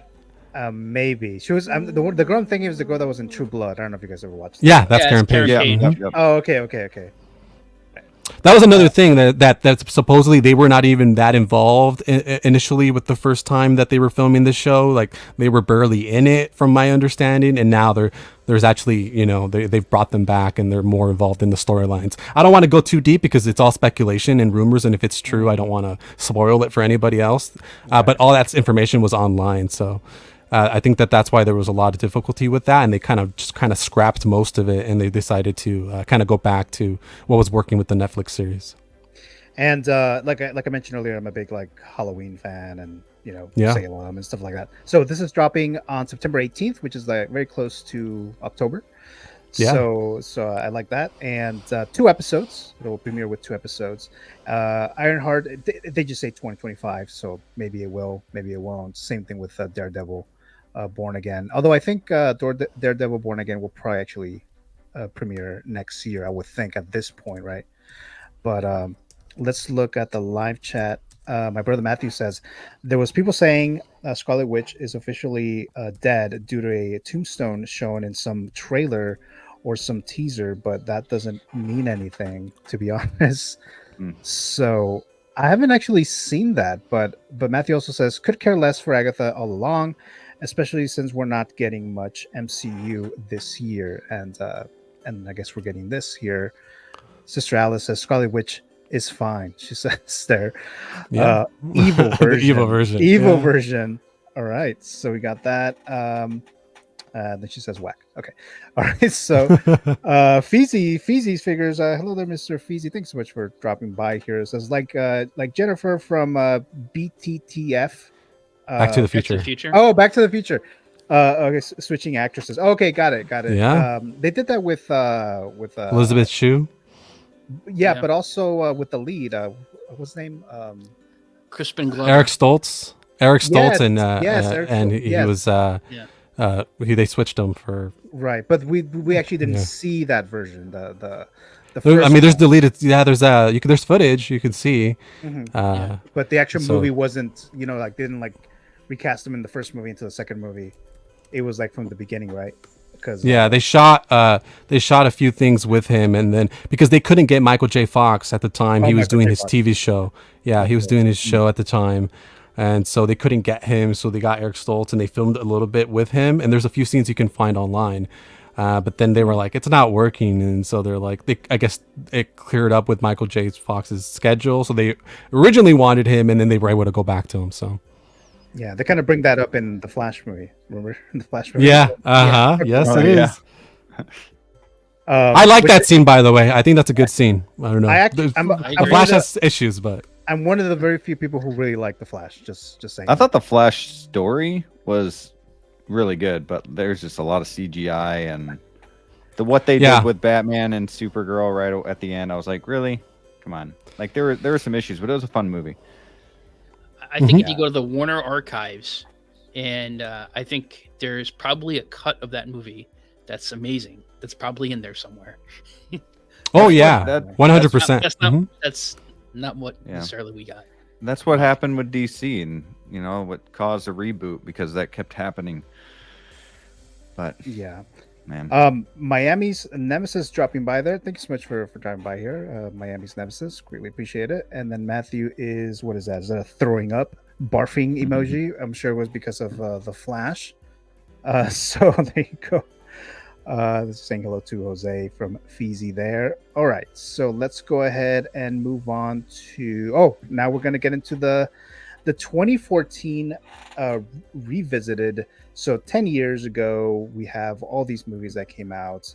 Now, my favorite movie year personally is 1999, but I do recognize 2014 was also a very good year, and I picked 10 movies. So we'll go into them in just a bit here, but the first one is, of course, Captain America: The Winter Soldier, that came out in April of 2014.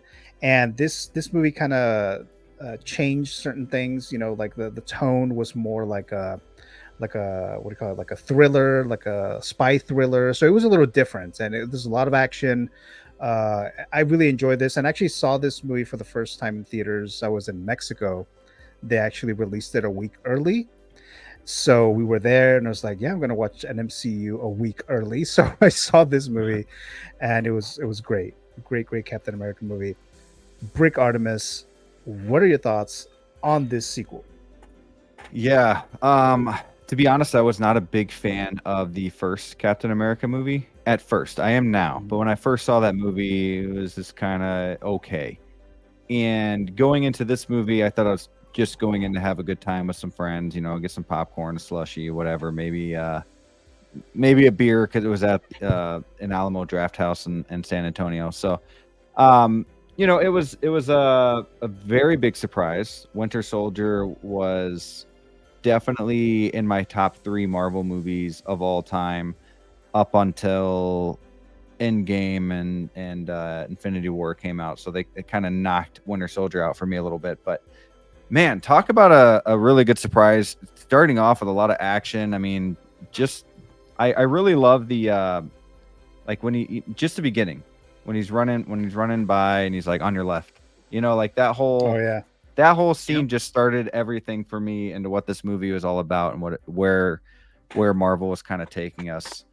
And man, just a huge surprise. I love the Winter Soldier, really do. I need a Winter Soldier figure, by the way. So there is a Winter Soldier Captain America figure, right? There's a few. Yeah. I mean, there was the one that came out when it originally released, and then they had that re-release from Endgame when he's wearing the same suit. Oh, there you go. There you go. Right there. There you go. Yeah. That's the 2-pack. That's the two. Oh, that's a great Nice. 2-pack. Mm-hmm. That's cool. That's when he's chasing the Winter Soldier on the top of the building. Oh yeah, that's right. Yeah. So cool, man. That's really cool, man. That's nice there. Adam, what are your thoughts? Well, you can't see it, but the hoodie you have on is Captain America's shield, and it says, "I could do this all day." So, Captain America, Winter Soldier, it's one of my favorite Marvel movies. I think it's actually. Let's step back a second. First of all, that movie had Robert Redford. I remember seeing that and thinking, geez, they got Robert Redford to do a Marvel movie? I mean, this guy's class. And when I saw that, I never, I'm thinking, okay, he was in All the President's Men. He was in a great movie from the 90s, if you catch it, called Sneakers, about hackers. Really good movie, underrated movie. So many great movies. The Candidate, Butch Cassidy, Sundance Kid. And he always plays the protagonist, the hero. So that he comes out and he's the villain was very unexpected. A great turn by Samuel L. Jackson, once again reprising Nick Fury's role. Of course, the interplay between Cap and Steve Rogers and Natasha rather. Black Widow was awesome. Just a fantastic movie. I think that movie is one of the most essential viewings for the Infinity Saga. And here's why. Because it shows that SHIELD, which has been this overarching law enforcement organization through the history of the MCU up to that point, is corrupt. It's been taken over by Hydra. At the end of the movie, SHIELD is taken apart. Cap now sees that his best friend from World War II, from growing up, Bucky Barnes, has been a Hydra captive and brainwashed. So he starts making his mission to find him, try to bring him back. That, of course, leads to the events of Civil War, which splits the Avengers, and allows for Thanos to really take advantage of that. And of course, we have the catastrophe on a universal level of the end of Infinity War. So I think some of the things that happen later on in the Infinity Saga start with the Winter Soldier. That's such an important movie. And then the other piece of it, just from a production standpoint, I believe that's the first movie that the the directors. I just saw the name and it escaped me. How can I? Joe. The Russo and, brothers. The Russo brothers. That's their first film in the MCU. So they proved that they made a compelling hit out of that film. And after that, they directed Civil War, and they directed Infinity War and Endgame. But it started with their work on Winter Soldier. Making that such a success, such a hit, such a commercial and critical hit, and a hit with fans. The Marvel Studios gave them the keys to the franchise, to the Marvel franchise for that whole saga. So very important, very important. And then remember, they started with You, Me, and Dupree. With Owen Wilson. Yeah, that's great. I don't know if you guys. I saw that movie. That movie's fucking horrible. Yeah, I enjoyed it. But I didn't like that movie. But it was kind of odd. Kind of odd. What was that? Didn't they go to Community too? The TV show Community. Oh, they did. Yes, that's correct. Mm-hmm. Yeah, they did. I just remember I was like, oh, those were the guys who did You, Me, and Dupree, and we get these movies. That was kind of a bold choice there for Kevin Feige, but he was right. So, how about you, Jose? Yeah, I love this movie. I've always made the argument it's probably one of the best, if not the best, MCU movie. I mean, comparable not to the Avenger movies, but just on its own as a standalone film, I think it's that's it. I mean, I've had this. I actually recently took it down because I'm finding space for it, but I have this poster here that I have from the. Man, so I've had nice. this. I've had this hanging for a very long time. Wow, So, that's cool, man. It's one of my favorite movies, obviously. So, it's such a great movie, and I think one of the things that's often not talked about, Henry Jackman, the composer, man, the score is so good. He's done a lot of great scores that you guys probably I'm not sure you guys are familiar how with his work, but he's done such great themes, and when you hear the you know what I mean? It's just like whoa, just like it's so good, man. It's just like this movie's. Like you said, Robert Redford's in it.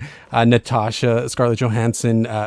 She just continues to evolve as a character. I mean, everything works on all cylinders in this movie. I love the grounded approach too, the spy thriller. It just works. Yeah, it was really good there. My cousin Chevo Billy Goat 126. Howdy, fellas. Hello there, Alex. Thank you so much for dropping by here. Really appreciate it. My brother Matthew says Whiplash was fire. Is it on the list? 2014, I guess. I guess we'll see in a bit. So, hey Jay, and let's see. Then Matthew also says, and the Flash TV show first episode. Then we have Interstellar is #1 movie of 2014. Says Billy Goat there. The Blue Shield is not it. Says Matthew. Let's see. The Endgame Stealth Suit 2.0 is an exclusive, says Feezy there. Then Moose says the first Captain America was directed by Joe Johnson, who I think directed Jurassic Park 3, which I did not like. It was fun, but it wasn't edgy like Winter Soldier. Joe Johnson, Moose, don't forget the T, #fact check. So we got one of those. Says, yep, Russo brothers definitely prove themselves with Winter Soldier and every MCU movie afterwards.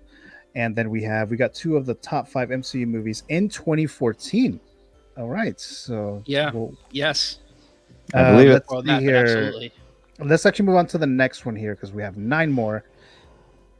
The Amazing Spider-Man 2. Oh, here we are. So, man. I'm not even going to say anything. Brick, go ahead. Okay, I just need to splooge a little bit on this real quick. This movie, this comes a time when the first, again, kind of like Captain America, when the first Andrew Garfield Amazing Spider-Man movie came out, I was not happy. I didn't like that Tobey wasn't Spider-Man anymore and all of that. Well, I saw this movie, and I've talked about this with you before, Gio, but the connection between Andrew Garfield and Emma Stone, sorry. Watson, God help me. Different kind Emma of Stone it was just like amazing. to see this on film. I think it's one of the best love stories I've ever seen on film, you know, with Notebook and Titanic. I think this is truly up there, especially when it comes to like an action superhero movie. Just a great story, just at that level, just at that ground level. Then you get a guy who can really play Spider-Man. This guy looked great in the suit. The suit was great. He did a phenomenal job. A lot of funny. I mean, the firefighter when he's holding the hose, he's got the hat on. Little things like that. When his legs are hanging over the truck and he's kind of looking down. And Rhino was fun. It had its flaws, but I absolutely loved the music when he's going against Electro, and all the lighting, and just if you saw this movie in IMAX, it was really, really like something I've never seen before. So I had a lot of fun with this movie, and I was really mad when they said Andrew Garfield is not going to play Spider-Man anymore. And it took me a very long time to start liking Tom Holland. I did not start appreciating Tom Holland until No Way Home, when I saw all three of them on screen, and that story, the way it ended. Now I love Tom Holland because of that movie, but it took a while, and I was extremely happy to see that Andrew Garfield got some love in that movie. People actually saw that he was very fun, and I will defend this movie with my life. This whoa, this is easily a top 3 Spider-Man movie for me. I know it's a lot of people's least favorite. But this, I mean, between this, I guess I don't know, this Spider-Man and Spider-Man 2, if you're counting Into the Spider-Verse, then, you know, that's up there too. But I had a lot of fun with this, and it took me on an Andrew Garfield ride with Hacksaw Ridge and just a lot of other movies I can't think at the top of my head right now. But he's an amazing actor. He's a phenomenal actor. Phenomenal, man. Phenomenal. I mean, he's the only one of the 3 that's been nominated for an Oscar. Just think about it like that. That's isn't that crazy? Times. Yeah, that's it's nuts. But and I was still content that he should have been nominated for Social Network, at least. Oh yeah, 100%, 100%. No, without a doubt, no, without a doubt. And I think whoever won, he probably could have won. I think because I'm trying to remember who won that year. He probably could have won had he been nominated. Oh, it was actually what the hell's his name? Christian Bale. Christian Bale won that year. Yes. Oh, Christian Bale was in the wrong category. Yeah. He was in the wrong category. That's why. Or the fighter. Wow. The fighter, yeah. Mm-hmm. But I think the only problem with this movie is Green Goblin. I like their friendship in this movie. 100%. I like the friendship. I like when they're just skipping rocks and they're having a good time talking about girls and whatnot. But when he became the Goblin, it was a little weird. So I'll say that. But to say this is the worst Spider-Man movie, which a lot of people say, no way. Like, this is better than Spider-Man 3, although I had fun with that movie too. But this is, I mean, I can debate forever, but I'm not going to get too into it. I really like this movie. 2014 is amazing. Let's go. I would say The Amazing Spider-Man 2 is not the worst Spider-Man movie in my opinion. You know what the worst Spider-Man movie is? Spider-Man 3. No, you know what's worse than that? And we'll fight. Is Far From Home. Homecoming. Oh, okay. Dude, I had that movie. Okay, you have Spider-Man, who does nothing for himself. Iron Man gives him everything. Then you have Spider-Man in a garage for 15-20 minutes, just sitting there doing nothing. Then he goes to DC and climbs the Washington Monument. It's like nothing. Pointless. Then he's swinging in a neighborhood, not a city. I didn't have a lot of fun with it, and now I look back and it's more fun than it was. The more I watch it, the Vulture is really good. I love Michael Keaton. Mm-hmm. But like as Spider-Man goes, I had a lot of issues with that. And then going from this, which was like, and fighting and like so like the best swing ever, like swinging scene ever when he's like da-da-da-da-da-da, and then you go to this goofy kid. I don't know. I had a lot of issues with Homecoming. I can go for hours on that, but yeah. I did like Homecoming and Far From Home and it was No Way fine. Home and those. But how about you, Adam? Those are some really hot takes from Rick.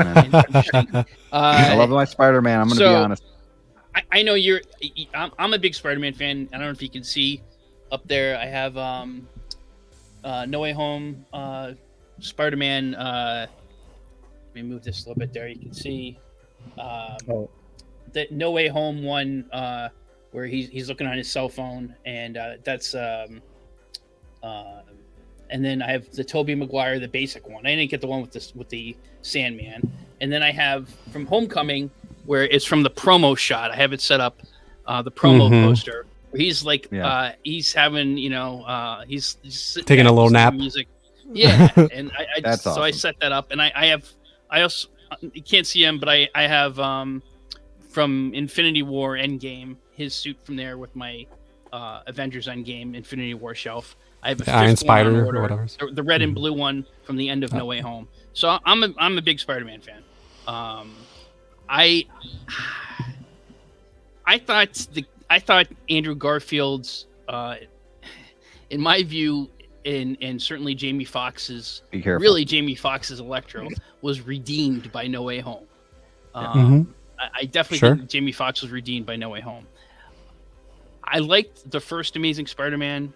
Now, my favorite Spider-Man movie, my favorite live action Spider-Man movie is still Spider-Man 2. With Tobey Maguire. To me, he's the greatest Spider-Man. I thought the first Amazing Spider-Man was pretty good. I got to be honest with you on Amazing Spider-Man 2. I didn't finish watching it. Oh gosh, that's why you didn't like it. I did not see this one in the theater. I saw it, on streaming, and about halfway through, Jamie Foxx and some of the stuff going on, and I'm like, what the hell? And Giamatti was in it, right? Wasn't he the Rhino? The Rhino. Like, yeah. What the hell is this? And I just shut it off. Okay, real quick. I gotta cut you off. To be fair, I didn't finish it. Yeah. Not to be rude, but I have. Okay, I get it. But Spider-Man 2 is the only superhero movie that the only superhero movie that I ever cry to every time that I watch it. And it's not like I bawl, but I tear up with the death of Gwen Stacy, which follows comics, kind of, and of course the little kid that looks up to Spider-Man. Yes, that kid stands up to Rhino. Yeah, that kid shows up to Rhino and in front of him, and then Spider-Man shows up. Like that whole scene with Gwen Stacy talking in the background is the most touching scene I've ever seen in any superhero movie ever, and I think that's what takes the cake for me. You're talking. I got goosebumps. I got goosebumps. You're talking about it, man. It's so good, and then the music in the background. Spectacular. You'll be watching this tonight. I got a challenge on Homecoming. Homecoming is an excellent film, and I mean, I think that I'm on break. I'm on brick side on that one, and then Far From Home is just. For me, I just like is of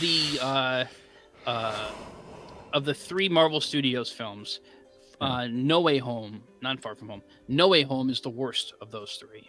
Far From Home is the best. What? I think. No way. No Way Home is what makes the trilogy worth watching. Wait, did I say yes? Wow. Wait, pause.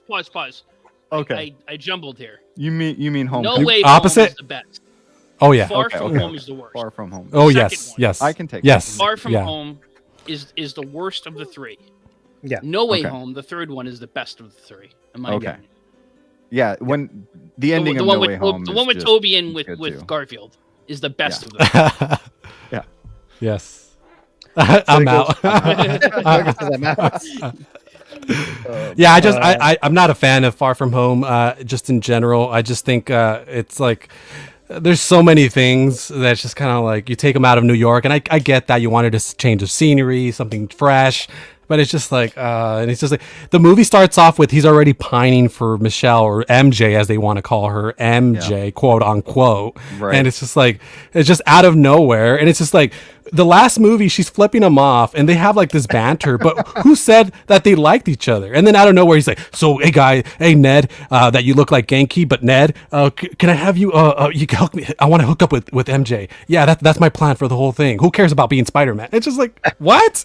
It's like no, it's just no. It's just like and then the people give a lot of crap to other movies when things like that happen out of nowhere, but then I feel like they're very forgiving for this because they really like the MCU for things like that, and it's just like what? I was like, I don't know. That's why I like Mysterio though. I really like Jake Gyllenhaal's Mysterio, his hope to see illusion, him back and all one day. that. And like, I like the fact that because I didn't really love Tom Holland, so like the fact that he was beating the shit out of him, and I was like, oh, okay. I'm like, I'm behind this, you know. And he tricks him and he manipulates him, and I dig that. So That bar and scene it- was really good when he Yeah. gets the glasses.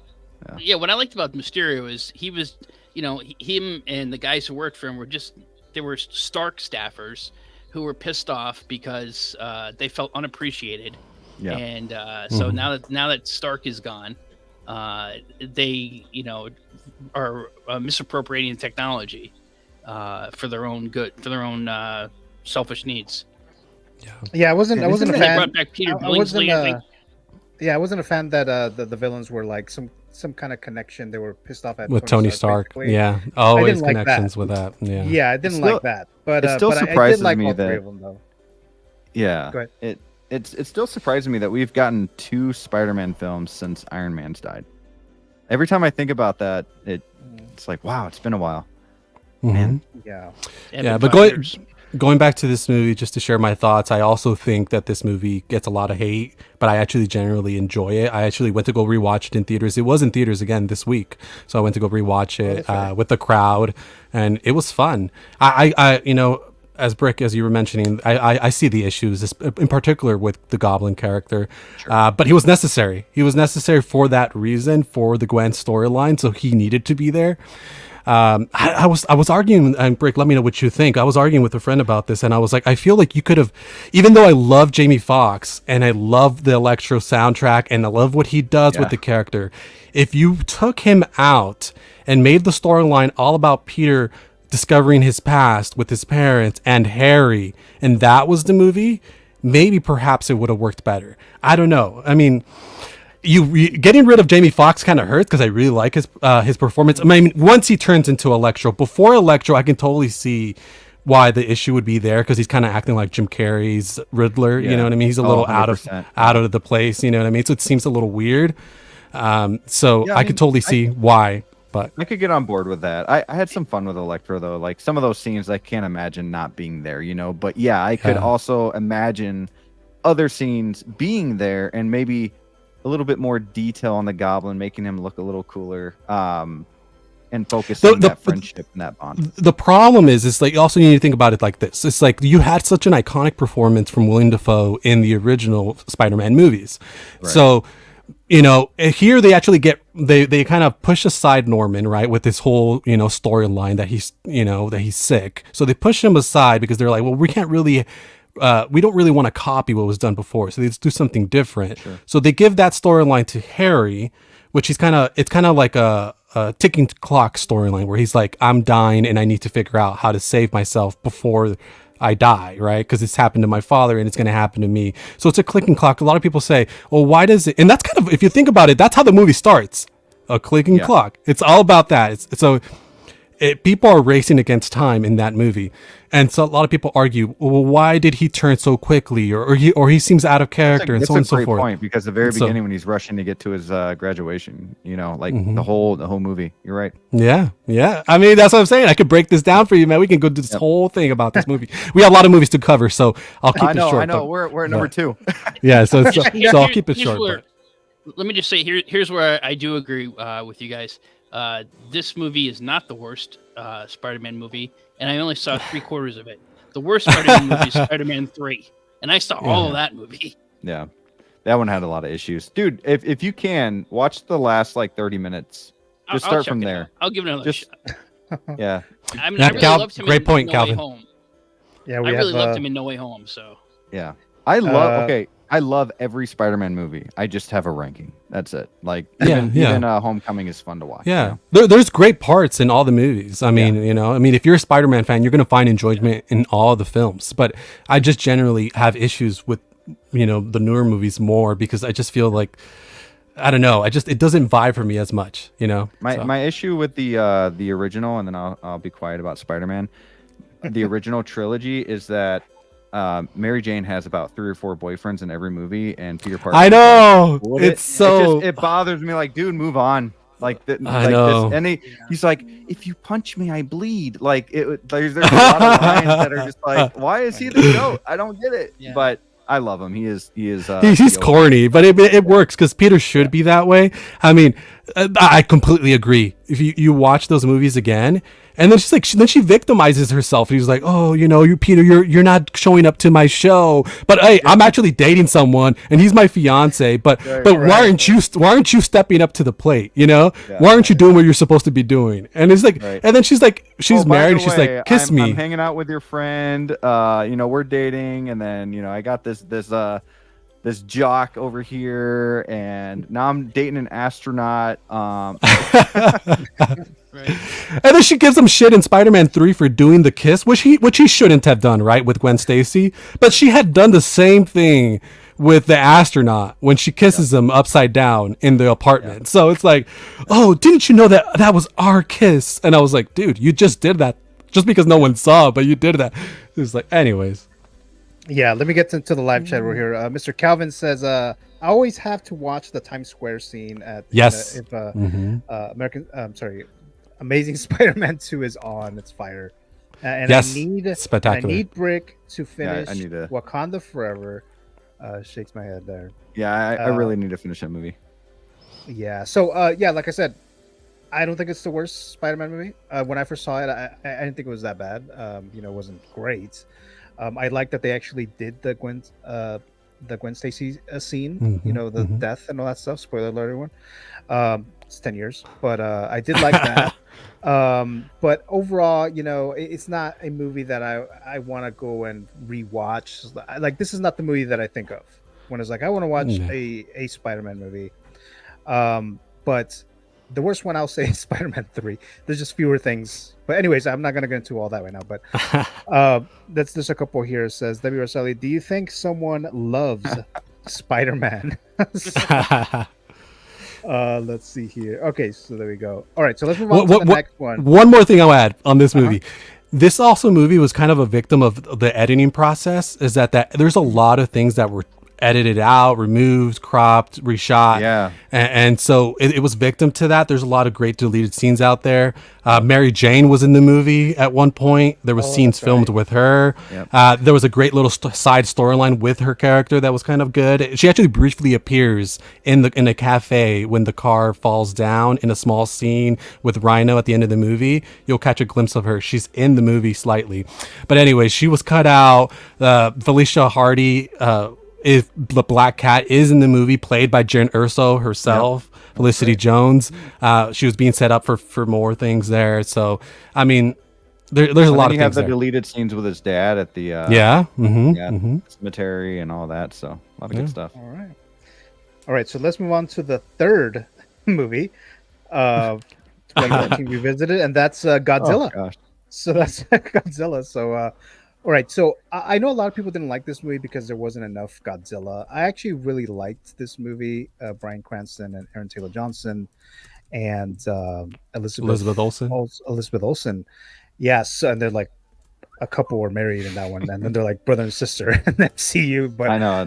But I did like this movie. I don't even remember because people were saying there's not much Godzilla in it. It's I didn't really notice. Obviously, there's Godzilla in it, but I didn't really notice because I was more interested in the overall story and things like that. But I thought it was great. But let's throw that at Mr. Jose. Were you a fan of this?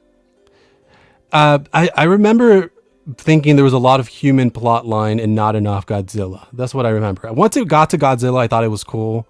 But I just remember that was the general feeling. And then obviously the Aaron Taylor Johnson, Elizabeth Olsen thing was kind of interesting to see because I guess they played a married couple and then later they're twins and in Age of Ultron. So kind of strange, but yeah. Yeah. How about you, Adam?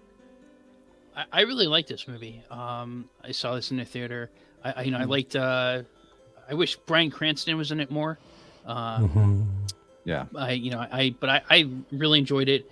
When I remember seeing the trailer for this, and what really sucked me in right away, and it's in the movie, the scene where Aaron Taylor Johnson and the other soldiers are paratrooping Yeah, the Halo jump. They were Oh, Halo yeah. jumping into San Francisco, and they played this. I don't know what the music is called, but the music was also used in 2001: A Space Odyssey when they have like I don't know if you guys ever seen 2001. Oh, when yeah. you see the monolith, and it's a very disconcerting like chanting music. And I remember seeing that trailer and was like, this is something different. And they play that, and I really like that scene. I love that scene with the Halo jumping. I wish Godzilla was in it more, of course, but I think one of the criticisms of the Godzilla movies is that there's too much human interaction, not enough monster fighting, and when you have the human interaction, it's boring. It's not that riveting. I think the human interaction in this one is pretty good. This is, if I recall, this is directed by Gareth Edwards, who did Monsters. There's other people who did, they brought in the guy who did Andor for Rogue One, but Gareth Edwards, Tony Gilroy. Tony Gilroy, he came in to do some reshoots and worked on the script. But he did Rogue One. Gareth didn't he? Edwards did do Rogue One, and in my opinion, Rogue One is the best Disney Star Wars they've done. Along with Andor. I think this is a good picture. I think it's a solid picture, and I think it's a success of this. Birthed the whole Godzilla monsterverse with, Godzilla King of the Monsters and King Kong versus Godzilla and King Kong, Skull Island, and then the one that's out now with I haven't seen it yet, but the Godzilla. It's a lot of versus fun. Kong. That last one. Yeah, I'm going to see it. So I think this is a good picture, entertaining. How about you, Burke? I'm a huge Godzilla fan.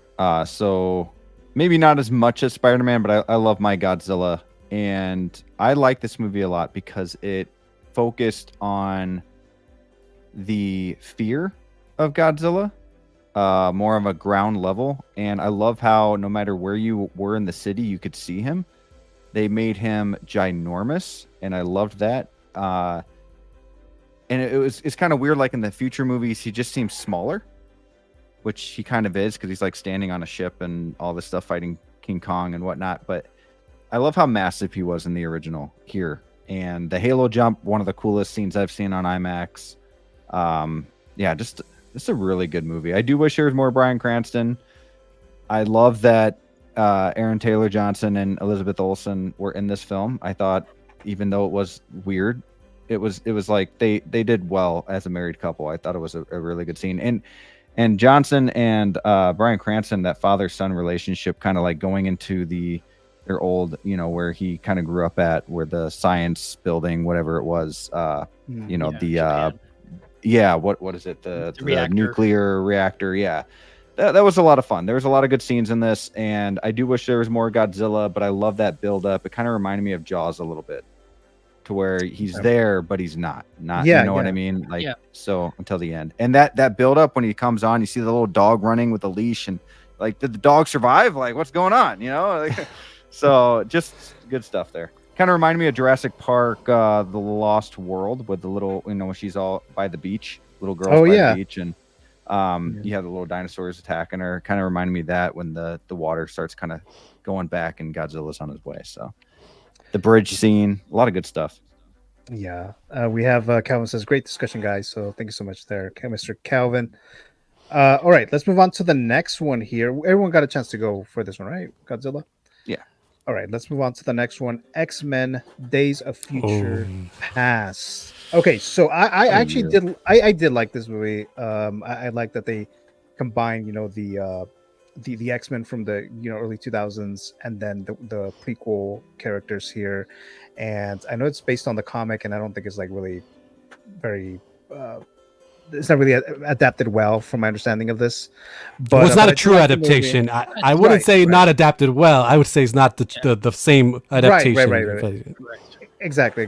But it was great, and I just like seeing all these actors here together, and then we have I think it was Bryan Singer. I think he the one that did he return to this one? Like he was Vaughn. This is the one they came back to. Yeah. Okay, so Matthew Vaughn directed First Class. Oh, that's right. And so we have this movie here, and it was, like I said, a great movie here. So let's throw it to you, Jose. What are your thoughts there? Man, I love this movie, man, and especially the road cut. You ever seen the road cuts, like the extended version? I actually got to see it. I think the year that it released on physical media, it was around the same time of San Diego Comic-Con. So Bryan Singer, who was there, actually rented out a theater that was nearby the convention center. And then we all went over there, got some special wristbands, and got to see that we're the first audience to see the road cut extended version of this movie with the live audience. We got free popcorn, posters, and all that. So it was a great experience just to watch it. I had already seen the theatrical version, but seeing the new version with the new scenes just heightened the experience. And like I said, I love this movie. I am a big fan of the original X-Men movies. X-Men 3 not so much, but especially 1 and 2. I'm a big fan of it. But it's interesting because he kind of took the good stuff of 3 and incorporated it in this one, even though he didn't direct that movie. That was a Brett Ratner movie. But he took some of the good stuff, elements like Elliot Page now, into the Kitty role in this movie now. So that was something that he brought over from 3. So again, I really like this movie, the combining of the cast. I always thought it was going to be hard to, recast Patrick Stewart and Sir Ian McKellen as, the respective roles. And when they brought in Fassbender and McAvoy, I just thought they killed it in First Class. I think First Class is underrated. I think that people don't appreciate it because it's so freaking good, man. That movie. Awesome movie. I think it's such a great movie. And then sometimes you see, there's like little things you rewatch that movie, and there's little things that how they set up, even the framing of the movie, big up thing about cinematography and how they're in opposing sides and things, and they're always playing chess. That's also a thing about how they're on opposite sides. I mean, obviously, if you're watching X-Men '97, you see the relationship dynamic that's still always being, yin and yang between Magneto and their philosophy with Xavier. So anyways, I feel like I'm rambling, but anyways, I really like this movie. I love how they combine the cast. It's not completely a beat by beat adaptation of the storyline of Days of Future Past, but it does keep kind of some of the core elements.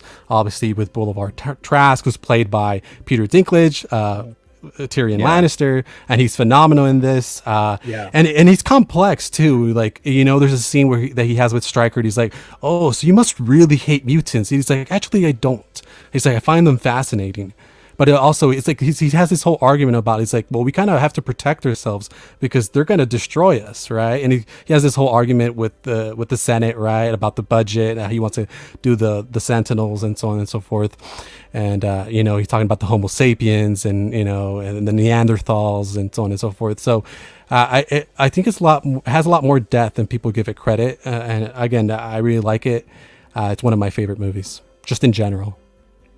Wow. Okay. How about you, Adam? Yeah, this is my favorite X-Men movie.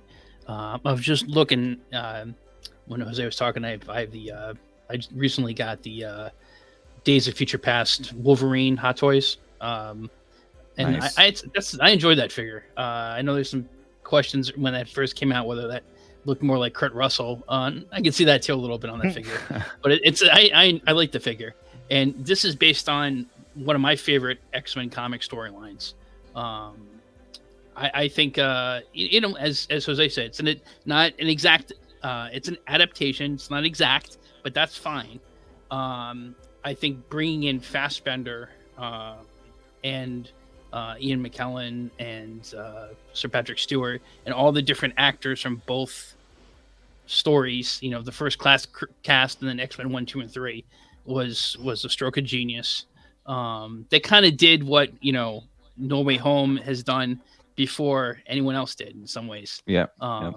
In the Flash, I think that was smart. I really like this movie. It makes me excited for what we're going to see this summer in Deadpool versus Wolverine. If there's anyone who's born to play a role, it's Hugh Jackman as Wolverine. Not to say they can't ever recast him. They're going to recast him. That's going to happen. Probably sooner rather than later. When we finally see the whatever iteration of the X-Men is Henry Cavill. in the MCU. But I think he was amazing in that role. And I wish we would see more of Michael Fassbender. I'm just thinking, I don't recall seeing him too much lately. I think he's an incredible actor. That I don't know if maybe he just chose some bad parts or what. But he should be at the A level of some of the roles, and we're not seeing him as much as I think we deserve to. Yeah, he was in that Netflix movie. What is it called? David Fincher. He's a directed it. hitman. Oh, that's a good movie. I can't remember the name of the movie now. Yeah, it's directed by who did Social Network and Right. Yeah, David Fincher. Yeah, David Fincher. Excellent movie. But yeah. How about you, Brick? Yeah, I saw this movie. I remember after watching it, we had like the local news people talking to everybody and how the movie was and all of that. And they asked me if I liked it. I don't think I ever got on screen, but no, this is a movie that I feel like everybody was talking about. Everybody loved, and now it's like I don't really hear anybody talking about Days of Future Past anymore. It's if you bring it up, they're like, oh yeah, it was a good movie. And Adam here says it's his favorite, which is great. I just don't hear that as often, I guess. I loved X-Men 1 and 2.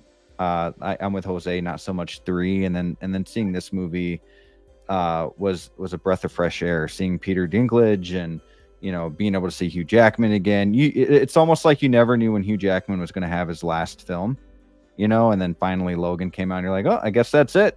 And it's not. So it's just all that. But yeah, everything else everyone's already said. Great movie. Definitely a movie I kind of want to watch now before I see Deadpool and Wolverine. So I think Brick, maybe why it hasn't gotten in the conversation as much lately. There's just been so many films since then. Yeah. So many awesome comic book based films since that. And then this came out in a year with Captain America, and then another movie that I assume is coming up that we're going to talk about. Maybe it got lost in the shadows with those two in the MCU films. Maybe. And then maybe the other piece is that the director in this has gotten canceled. I think Bryan Singer, and I think that's maybe it's a little bit of that too. And Brent Ratner. Yeah, both of them. Yeah, they've both been canceled. Yeah, both. Yeah. Sorry, go ahead, Jose. No, I was just saying Calvin's got a good question there. Oh yeah, I'll get to that right now. Matthew says I saw this one on an illegal CD in Mexico. So, all right. Calvin says, a question for the panel: who was your favorite character from this film? And for me, it's gonna be Trask. He's the one that stands out to me the most. I kind of, when I think of this movie, I kind of think of Peter Dinklage in this movie, and I kind of also think of Jennifer Lawrence because she kind of did something significant there. But that would be my favorite character in the film. But how about you, Jose? I think I could always make the argument because they were originally, when it comes to First Class, when they were developing that film, originally it was going to be the origin of the X-Men, but also they were also developing a Magneto spin-off, right? It was going to be like X-Men Origins, Magneto. Right. So they ended up combining the stories, and that's how we got a lot of the origin story from the beginning with Magneto. So I could always make the argument that Magneto's kind of like the center compass of that movie. And this one in particular is Charles. And kind of the struggles he's dealing with, right? With him being, losing his legs and so on and so forth. I mean, I was talking about death earlier and how the relationship he has with Hank, kind of the codependency and the serum that he's taking, kind of similarity to junkies, right? To drug addicts and so on and so forth. And so, I mean, I remember when this movie came out, people were making the argument that he could have even been nominated for his performance in this movie. So I would say that for me in particular, I think it's James McAvoy's Charles Xavier. I mean, he has such great lines too. Patrick Stewart as well, right? In the connection, that scene they have together, he's like, just because someone stumbles and loses their way doesn't mean they're lost forever. There's great lines in this movie, so I'd go with that. How about you, Adam?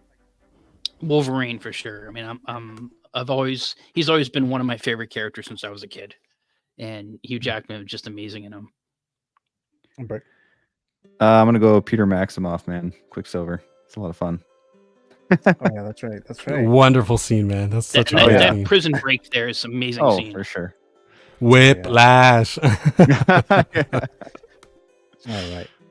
Let's move on to the next one because we still have quite a few going. Next one is Dawn of the Planet of the Apes. Matt Reeves takes over Caesar. Great movie. Although I actually am probably one of the few people who actually like the first one more, Rise, of the three, than this one, than War. Actually, after Dawn, it'll be Kingdom and then War. But yeah, this is a great film. I know, Brick. I know you're a big fan of the Planet of the Apes movie. So, what are your thoughts? Man, this movie was really good. I love these movies in general. I think I like Rise better, actually. But this sets up War of the Planet of the Apes, which is probably my favorite out of that trilogy. So, just a really good movie, man. I just want to, like, Andy Serkis is amazing, to say the least. You see him as Gollum. He does this stuff. He trains everybody else. Like he works with everybody else to, be half as good as he is, and just a phenomenal actor. And then you don't, like, for me, I didn't think he could, like, play in anything else unless he was an ape or a crazy, hobbit. But then you see him in Marvel movies, and you're like, whoa, there he is without a monkey face or anything, like, or ape monkey face, I should say, chimpanzee face. But no, these movies are a lot of fun. They're just fun. And I will say, though, once you get to War of the Planet of the Apes, you start seeing, like, an emotional story there. It's not, I mean, Rise of the Planet of the Apes, you have the connection between James Franco's character and Caesar, but War of the Planet of the Apes, you start seeing, like, more of a political kind of thing going on here, and especially with Kingdom of the Planet of the Apes, the last one that came out, which is phenomenal. Like, I was so happy with that movie. I think that one's better than any movie in this trilogy. So go see it. Yeah, I love eight movies, man. I don't know what else to say. Yeah, I love all the 8 movies. Maybe with the exception of the one with Mark Wahlberg. I don't hate the movie, but that's my least favorite of them. I like Mark Wahlberg a lot, but that one not as much. This one had they all had great casts, but Jason Clarke, he's one of these actors that you see him in everything, but he doesn't. Again, he should be an A-lister, but he's got some great supporting roles. We just saw him in the last year in Oppenheimer. He played the prosecutor for I think it was it wasn't the Senate scenes. It was the one where they're doing a security check on Oppenheimer to take his security clearance away, and he was excellent in that. He plays the lead protagonist. You had Kerry Russell in this, and then of course Gary Oldman, who's just awesome actor, Academy Award winning, right? Didn't he win for Churchill? Mm-hmm. And of course, I love him for his role as Jim Gordon in the Dark Knight trilogy. I love him in Book of Eli. Book of Eli, yep. Awesome actor. So many great roles. And like you said, Brick, I mean, Andy Serkis is he's the GOAT when it comes to these roles. But not, obviously we know him from Gollum and from the Apes movies, and the work, playing these digital characters. But, as Kino Loy, I think his character's name was, from Andor.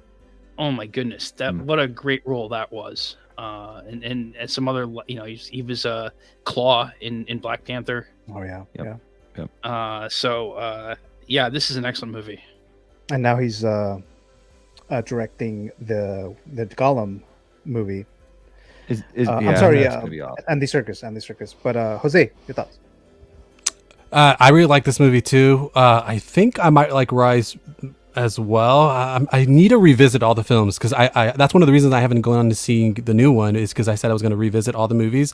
But it's been great to see, like, on Twitter, people have been talking about, like, how great this trilogy is, and, like, been showing clips, and I'm like, oh snaps, I totally forgot about that. I saw the scene last night from War, where he has the gun to Woody Harrelson's character, and, like, the circumstances behind that scene, and why he's thinking about shooting him, and why he's trying to I was like, oh my god, I completely forgot about that. So I need to revisit the films, but I remember really liking this. I like Kerry Russell and Jason Clarke. I thought they were pretty good as the human characters. I remember in particular is this scene that's kind of, because of Rise, it really works. The scene where he finds the footage of James Franco, and he goes back to his old Yeah. house, and he's looking at that. That scene works so well in this movie, and it was again nice callback to the original movie. So, well, of this trilogy. So, I recently rewatched the 1968 version this past weekend. So I started with that. So I rewatched that one. Great. So I want to go back to these ones, rewatch them, and hopefully catch Kingdom before it leaves the theater. So Yeah, Charles Heston.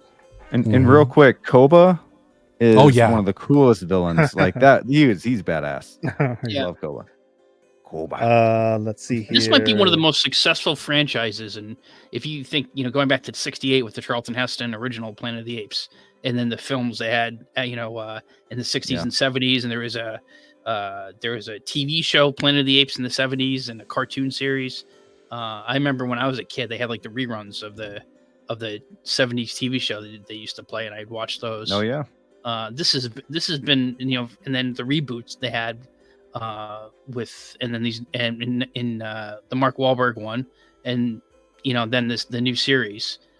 This has been a very successful. I can't think of as long running a film franchise as this that's been as successful. Yeah.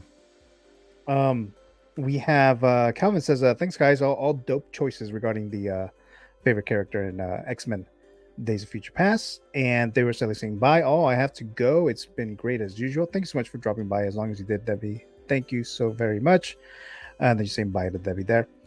All right, so let's move on. I think we all went for this one, so let's move on to the next one, which is Guardians of the Galaxy. Okay, so this one, I saw the trailer of this, right? I'm not familiar with these characters at all. I think like most people, I would say. And I thought the trailer was okay. I was like, this is kind of a different take, especially since we just saw Captain America Winter Soldier, right? So we had like this spy thriller, and we already talked about that movie, but it's like, and then we got this, and I mean, I was interested. I was morely interested because of James Gunn, because I was a big fan of Slither. So I was like, okay, so I'm interested in this, and I did watch it. I thought it was great. All these characters that we're not familiar with, James Gunn was able to really like develop, not entirely, but just enough here that we could actually care for these characters. Great special effects, great soundtrack, all this stuff that we like with Guardians of the Galaxy. But Brick, what are your thoughts on this first Guardians movie? Yeah, let me just say, here's another movie in 2014 that I was not really looking forward to. It just seemed kind of, I know Guardians now has always been like a big thing in comics. I was never, I read comics, and I've always been a comic fan, but I never really purchased or read any Guardians lines. So seeing this movie, the trailer, I was not a big fan of Chris Pratt. I thought he was just one of those, I don't know, pretty boys that wanted to be this funny guy that wasn't really funny. And I didn't really want to see this movie, but it was Marvel and I had to. So I did. And like I said earlier in the comments, it's one of the top 5 Marvel movies that we've gotten, in my opinion. This opened up one of the best trilogies ever. I think the way that Guardians 3 kind of closed everything up, I would say between this and, the OG Star Wars trilogy and Toy Story trilogy, those are the 3 at the top of my head. I know I'm missing a big one right now, but definitely top 5 trilogies of all time as well. So I have a lot of fun with this. And let me just tell you, Chris Pratt blew my mind from the start when he's singing, dun, dun, dun, like it blew my mind. And at the end of the movie, I'm like, what did I just watch? And I remember seeing where oh my gosh, Peter Quill says, you said to yourself, bitch, we're the Guardians of the Galaxy. I'm like, what? This movie, it was such a fun movie. So and that just gives me hope that James Gunn is going to do the same, which he kind of already has with DC. So I'm excited to see what he does with DC. Hopefully he brings my taste of DC back to life. All right. How about you, Jose?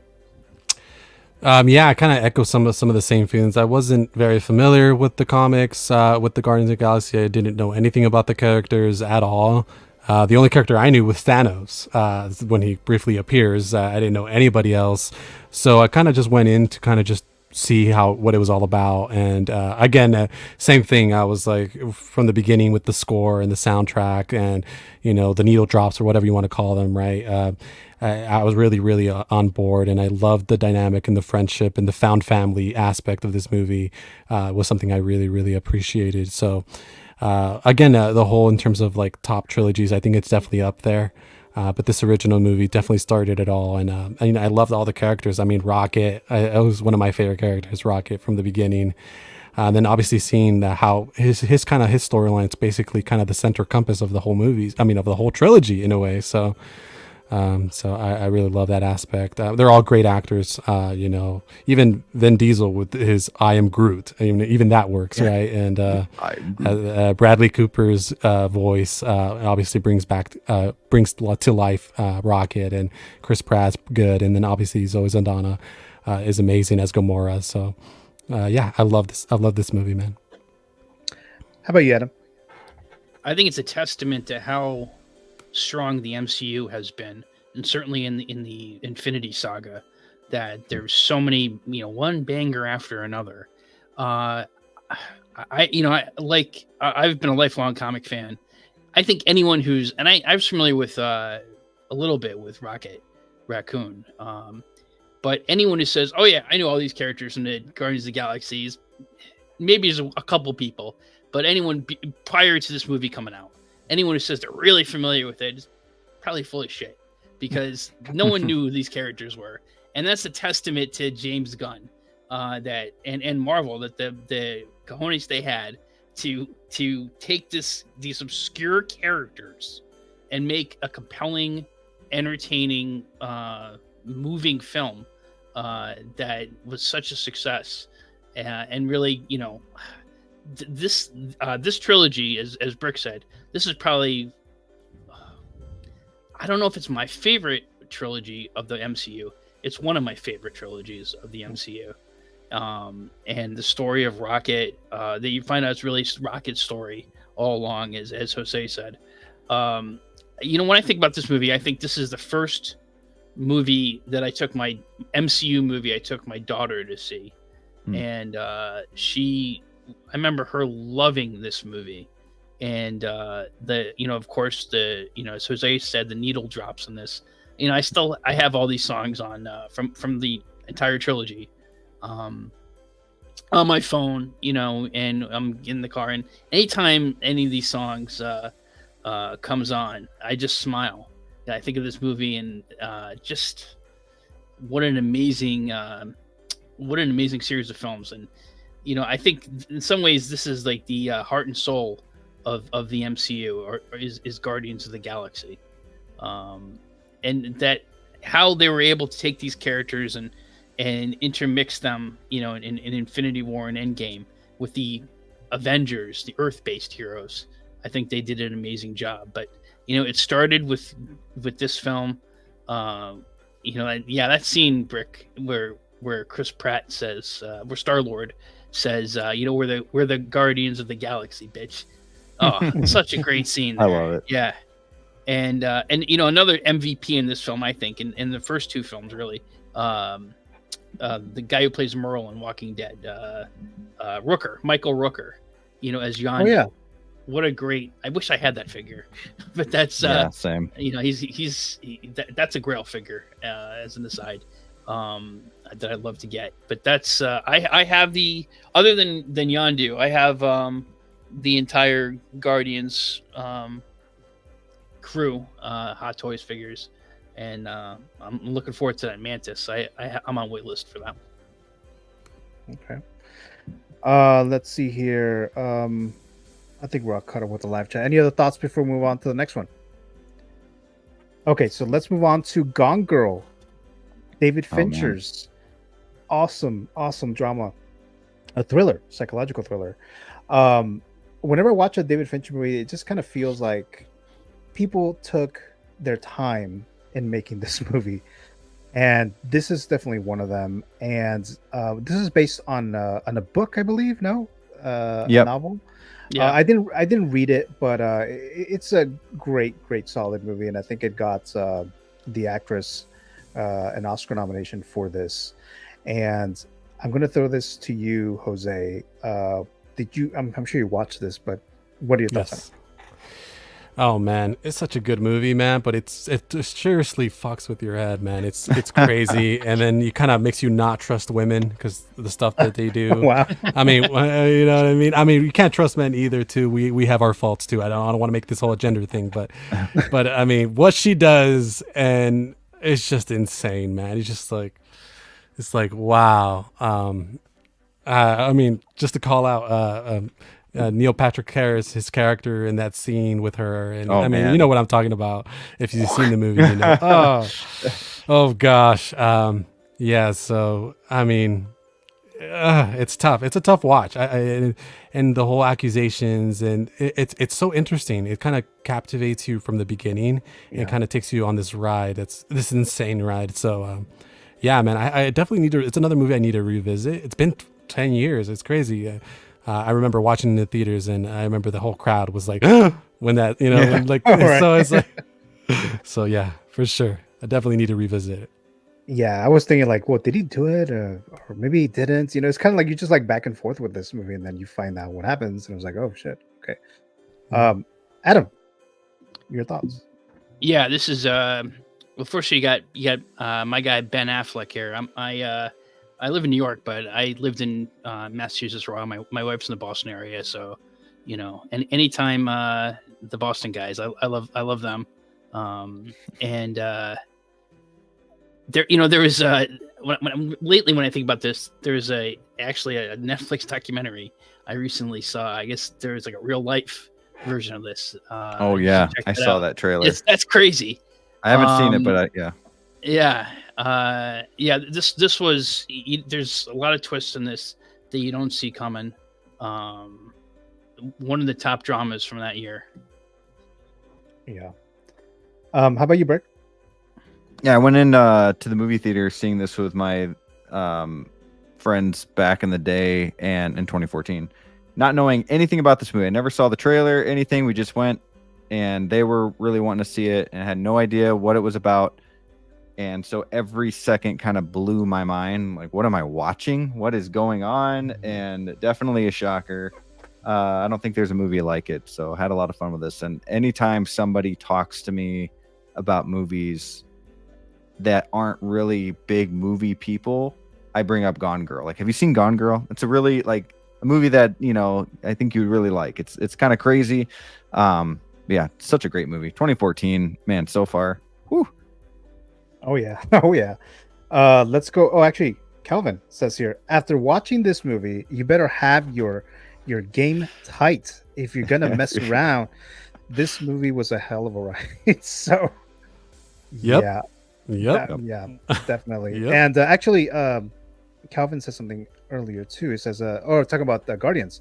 If any of you have gone to on the ride Guardians at Epcot in Disney World, both the music and the ride is phenomenal. I haven't been on that one yet. I think the last time I went there, it wasn't open yet. But have any of you guys been on that one yet? Not since that No. opened. I was there before it opened. I've never been. Yeah, I definitely want to go on that. All right, let's move on to the next one here. And this is John Wick, the very first one starring Keanu Reeves. And this movie has become such a big success for Lionsgate. And I mean, I'm a big fan of Keanu Reeves. But if I remember correctly, I think this movie didn't have a trailer or wasn't released right away. I think it was dropped like maybe like a month before the movie came out, and which is kind of like odd, but I'm sure a lot of you guys right. I just remember that part in the trailer. And what I remember about this is that it was like another John Wick movie, and it's like an action movie, and a lot of you guys know that a lot of my viewers here know that I'm a big Matrix fan, the first Matrix fan, Keanu Reeves fan. So of course I was going to watch this, and at first I was like, is this really about is he really like taking these guys out because of a puppy, because of a dog, you know. So it's like, Absolutely. but then I was like, okay, yeah, that makes sense. That makes perfect sense. So it was like, it wasn't just an action movie. There's a lore, there's a mythology, there's a bunch of good things that were happening in this movie that I was like, yeah, I'm totally on board with this. I'm ready for more. And of course, we all know we got 4 so far with some spin-offs coming and all that stuff. But this was a surprise, even though, like I said, the first Matrix is my favorite movie, just as one individual film, and a big Keanu Reeves fan. I was still surprised about this movie here. But let's throw this to Mr. Brick. What were your thoughts when you first saw this first film? My thoughts were, how dare you kill that puppy? That I love beagles too, so that was rough. So this, in my opinion, is Keanu Reeves' best movie. I think this is the best non-superhero action flicks ever. My favorite, I should say, not best. My favorite action movies of all time. I mean, from the suspense when the guy is talking to the insurance guy in the commercials, kill him with a effing pencil, like an effing pencil, you know, like just like the oh my goodness, the accents that everybody's using, and the fight scenes or action scenes, I guess, the choreography, just crazy. And then you have these coins. You pay with these certain coins in a hotel. And then one of my favorite shows of all time, along with Game of Thrones, is Friday Night Lights. And so the girl that is in that hotel is from that show. I was like, oh, wow, like somebody from one of my favorite shows making it big. Cool. She's in this Which movie. actress? The blonde, I can't remember her name in real life, but she's the blonde girl. They're fighting in the hotel room. She's trying to assassinate him. Tyra from Friday Tyra, Nights? yep. Yeah. So yeah, just a really fun movie. And I remember watching that trailer and be like, "Ooh, Keanu Reeves. Okay, not only is he back as John Wick, but he's back as a big actor. Like, he's doing something big again." And I think it was since Constantine, probably, or something like that. So it was a while. So it was cool seeing him back, and followed up with some great movies afterwards. So love John Wick. You recognize Theon Greyjoy? Yes. Well, the thing is, I hadn't seen Game of Thrones yet. Oh, okay, I started okay. Game of Thrones, I think, at the start of the 4th season. I see, Like when I it was airing, that I binged the 3 seasons and then started season 4 when it was on TV. So it was like right after I saw this movie, I started watching Game of Thrones. Okay. So. How about you, Jose? So I really love this movie. Right from the get go, you kind of hits you with the heartstrings with the dog, right? And what the impact and the impact on his life and everything that he went through, and what the dog means. You obviously are behind him when he's shooting all those people, because what he did, what they did to that dog and stealing his car, that was they crossed the line that they shouldn't. It's tough because I really love this movie, and I think I like the second one as well. But I feel like after, I don't know, it just the 3 and 4 just didn't work for me as much. I just feel like they kind of jumped the shark a little too much, and I didn't enjoy them quite as much. But the first movie, I feel like that noir tech feel, like the retro Japanese vibe that it had, it just worked on all cylinders. And again, it was a revenge story, but it worked. And obviously Theon Greyjoy being the one who does it all, I mean, you kind of already hated him from Game of Thrones, so it worked. If you had seen the show, I'm sure you would have been like, hell yeah, go kill that kid. So the fact that he especially does, at that time, because he was bad at that time, right? Like he didn't. Yeah. And then the other thing about the first one, the first John Wick movie, is that everyone seemed to be really afraid of him. But like in the second one, and then the third one, then I went to the fourth one, they were definitely not afraid of him. Of course, they had an incentive, right? But still, it was like they were afraid of this man here, this assassin. I forgot what they call him, which is like the boogeyman or whatever. The like boogeyman, or they call it something else, but so I like Baba that. Yaga? There you go. That's the one I was looking for. And they kind of don't really like address it in the other movies, especially like the newer ones. But yeah, I absolutely really like this. And Adam, I don't think you've seen this, right?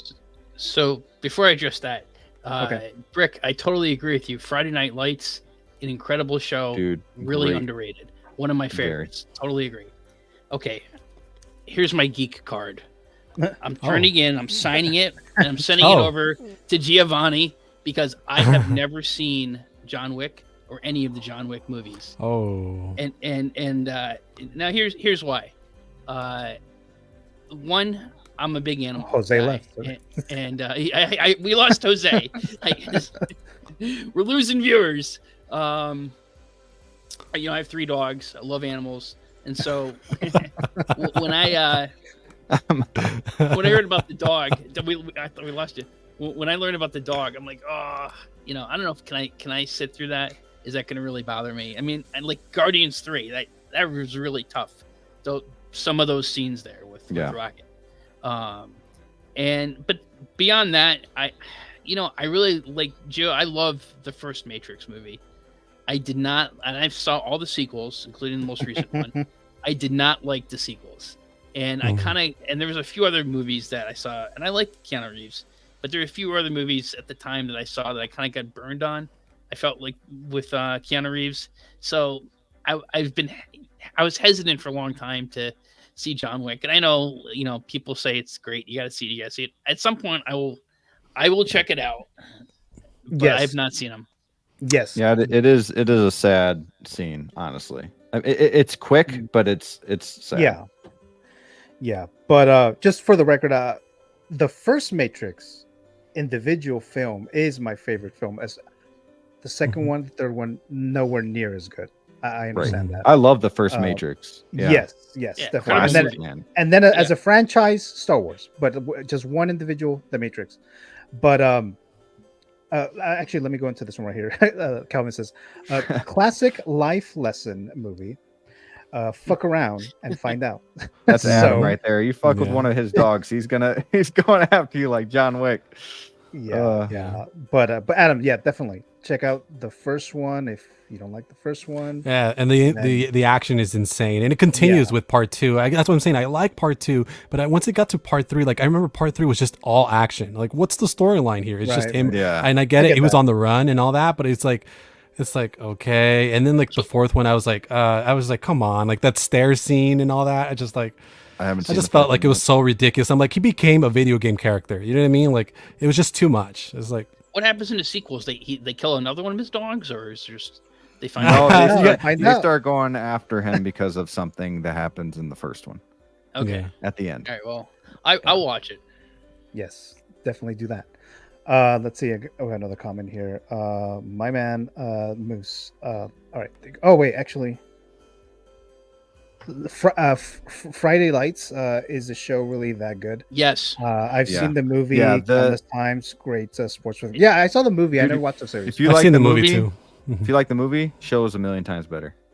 The That- show is it's one of the best shows you'll see on TV about a family and in terms of lead role, Kyle Chandler and Connie Britton and Oh, their yeah. daughter, just Oh. like a normal family. There's no no one. Every episode, they're not trying to save the world. They're not fighting crime. There's nothing earth shattering that happens. It's If just you like two people football. in their jobs. He happens to be a football coach. He's a guidance counselor and then principal, and Yep. the life, the everyday challenges that every one of us experiences, and set the backdrop of a Texas town where Football's huge. probably a lot of Texas football's forever. king, probably like a Yep. lot of Texas towns, or a Oh, lot yeah, of community. sure. A lot of, it's not just Texas. There's a lot of communities here where I live in upstate New York. There's the school we have. It's sports is huge. High school Mhm. sports is huge. So it's Give it a it's, few episodes. It's on Netflix yeah. right now. Excellent So, show. check it out. Peter Berg is I- the showrunner. Fun fact here. I was when I read supposedly from that show. You guys mentioned him, Kyle Chandler. I believe that you said his name, the main guy Kyle. from that show. Coach I had Taylor. heard that he was that one of the reasons that Tim Miller never came back for part 2 of Deadpool was because he wanted to cast him as Cable and not Oh, really? Josh Brolin. Yeah. Interesting. So apparently that was a thing. Well, then you have Interesting. Gambit in that show too. The guy who played Gambit. Yeah. Yeah, Taylor Kitsch. Taylor, yep. he- Played in Tim Battleship. Riggins. Mhm. Is better Yeah. than the movie? It's- Ask Calvin. Dude, and okay, so my favorite football movie is Remember the Titans, but Friday Night Lights is up there. Great film. Yeah. And I would say it's better than the movie. If you watch Michael the B. whole Jordan series, if you is watch in the it. whole series through, yeah, Michael B. Jordan's in it. He shows up in I think season 3. Yeah. But if you watch the whole series through, I think you'll agree with me. So Calvin is sold, adding it to his list. So there you go. Yeah. And All Mr. right. Cousteau saying it captures the movie perfectly, in my opinion. So Yeah. so Yeah. there you go. It's the same Peter Berg who did the movie also does the TV show. Oh. Okay. Yeah, Okay, yeah, and a okay. lot you'll see a lot of the same actors from the movie play different people in the show. Oh, okay. Yeah. Interesting. Um, Interesting. all It's right, just like a let's move slice on. of life show. It's a great show. Let's move on to the next one. We have 2 left. 2 more. Okay. Okay, so this one, Christopher Nolan's Oh masterpiece, gosh. Interstellar. You put this at the end. Interstellar. Yeah, Oh, Interstellar. gosh. So great film, obviously, right? The score is amazing. When I first saw this movie, I didn't love it as much as I do now. I've watched it multiple times afterwards, and it is top Nolan film right here. So, Brick, I know you're a big fan of Yeah. this movie. So, let's start with you. Yeah, this has slowly become my favorite movie of all time. wow. Interstellar. It's definitely my favorite Nolan film. You know, I've got Jurassic Park up there. I've got, Braveheart I love, but Interstellar is just, the more you watch it, the more you get it. I love space, hence my name, Brick Artemis. I love I absolutely love this movie. I'm a huge fan of every single actor in this film too. I mean, shoot, even Timothy Chalamet is in this film. Mhm. So it's just the score, best score, up. It's at least up there and top scores. Just man, a lot of emotion, space travel, family connection. How to get back to your family, taking care of the world, and a great cinematography and a great score. So there's nothing more you can get out of this film. It's great. It's very well made, like very, very well made. Yeah. Adam. Yeah, I mean, you have a film by probably one of the greatest directors living right now. I think it's not. He's still a few more years to go, but I think you got to put you got to put Christopher Nolan's name up there with Spielberg and Scorsese and some of the other great ones up there. I think the body of work that he's had so far, the number of classic films since it was the first one I saw of his. I don't know if this is his first Memento, film, right? but Memento. Memento, He's just yeah. had one, one incredible film after another. This, I've seen this several times. I think I bought this. I have this movie on digital, and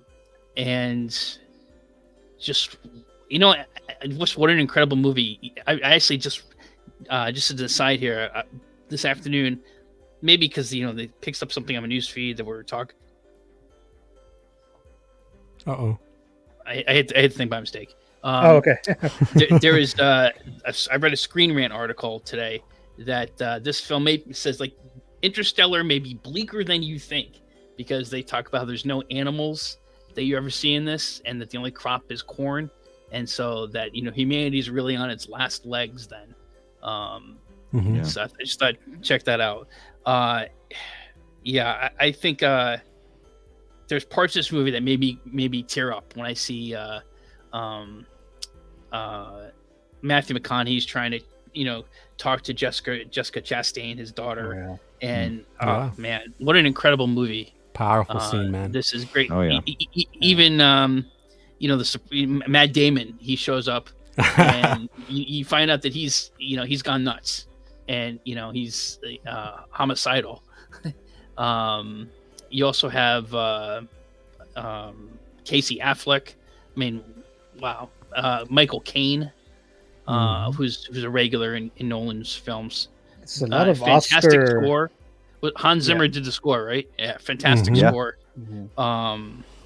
Yeah, a lot of Oscar winners or Oscar nominees. Yeah. This is top tier. This might be the greatest film of this year. I mean, if you think in terms of classics, and there's a lot of great films in 2014, but this is one of Nolan's best. It's not his best film, but it's one of Nolan's best. Definitely. Jose, have you gone yet? No. I'll just be brief. I remember watching it in IMAX at the Spectrum here in Irvine. You might know, Gio, with one of the biggest IMAX screens here in Orange County. It was a great experience, and that score, man, is so powerful. Hans Zimmer has mentioned, I think he said that this is his favorite score, and he actually wrote it without really not knowing a lot about the story.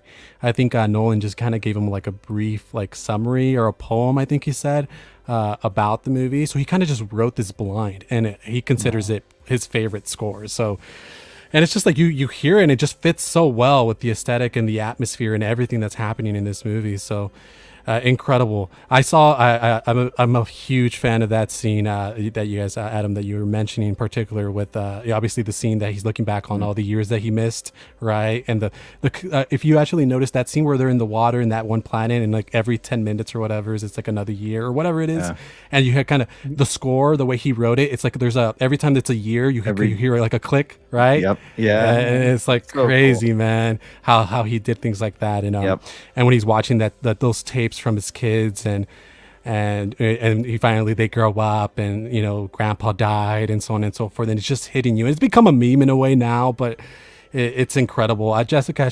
Chastain is I feel like an incredible actress. I actually saw her on Broadway, and I got to take a picture with her. I got her autograph. Nice. And that's amazing. It was cool. a great thing, especially because I love this movie. So John Lithgow played the grandfather. Yes, he did. Yeah. What a cast! I mean, this is stacked. Yeah. Stack cast. Yeah. One more thing. I seriously thought this movie was going to end and he was going to show up on Earth with apes. Like, I was like, is this going to be somehow like Planet of the Apes tied in? And we're forgetting Anne Hathaway's in this too. Yeah. She's phenomenal in this as well. Yeah. Man. Yeah, that was post Catwoman. Yeah.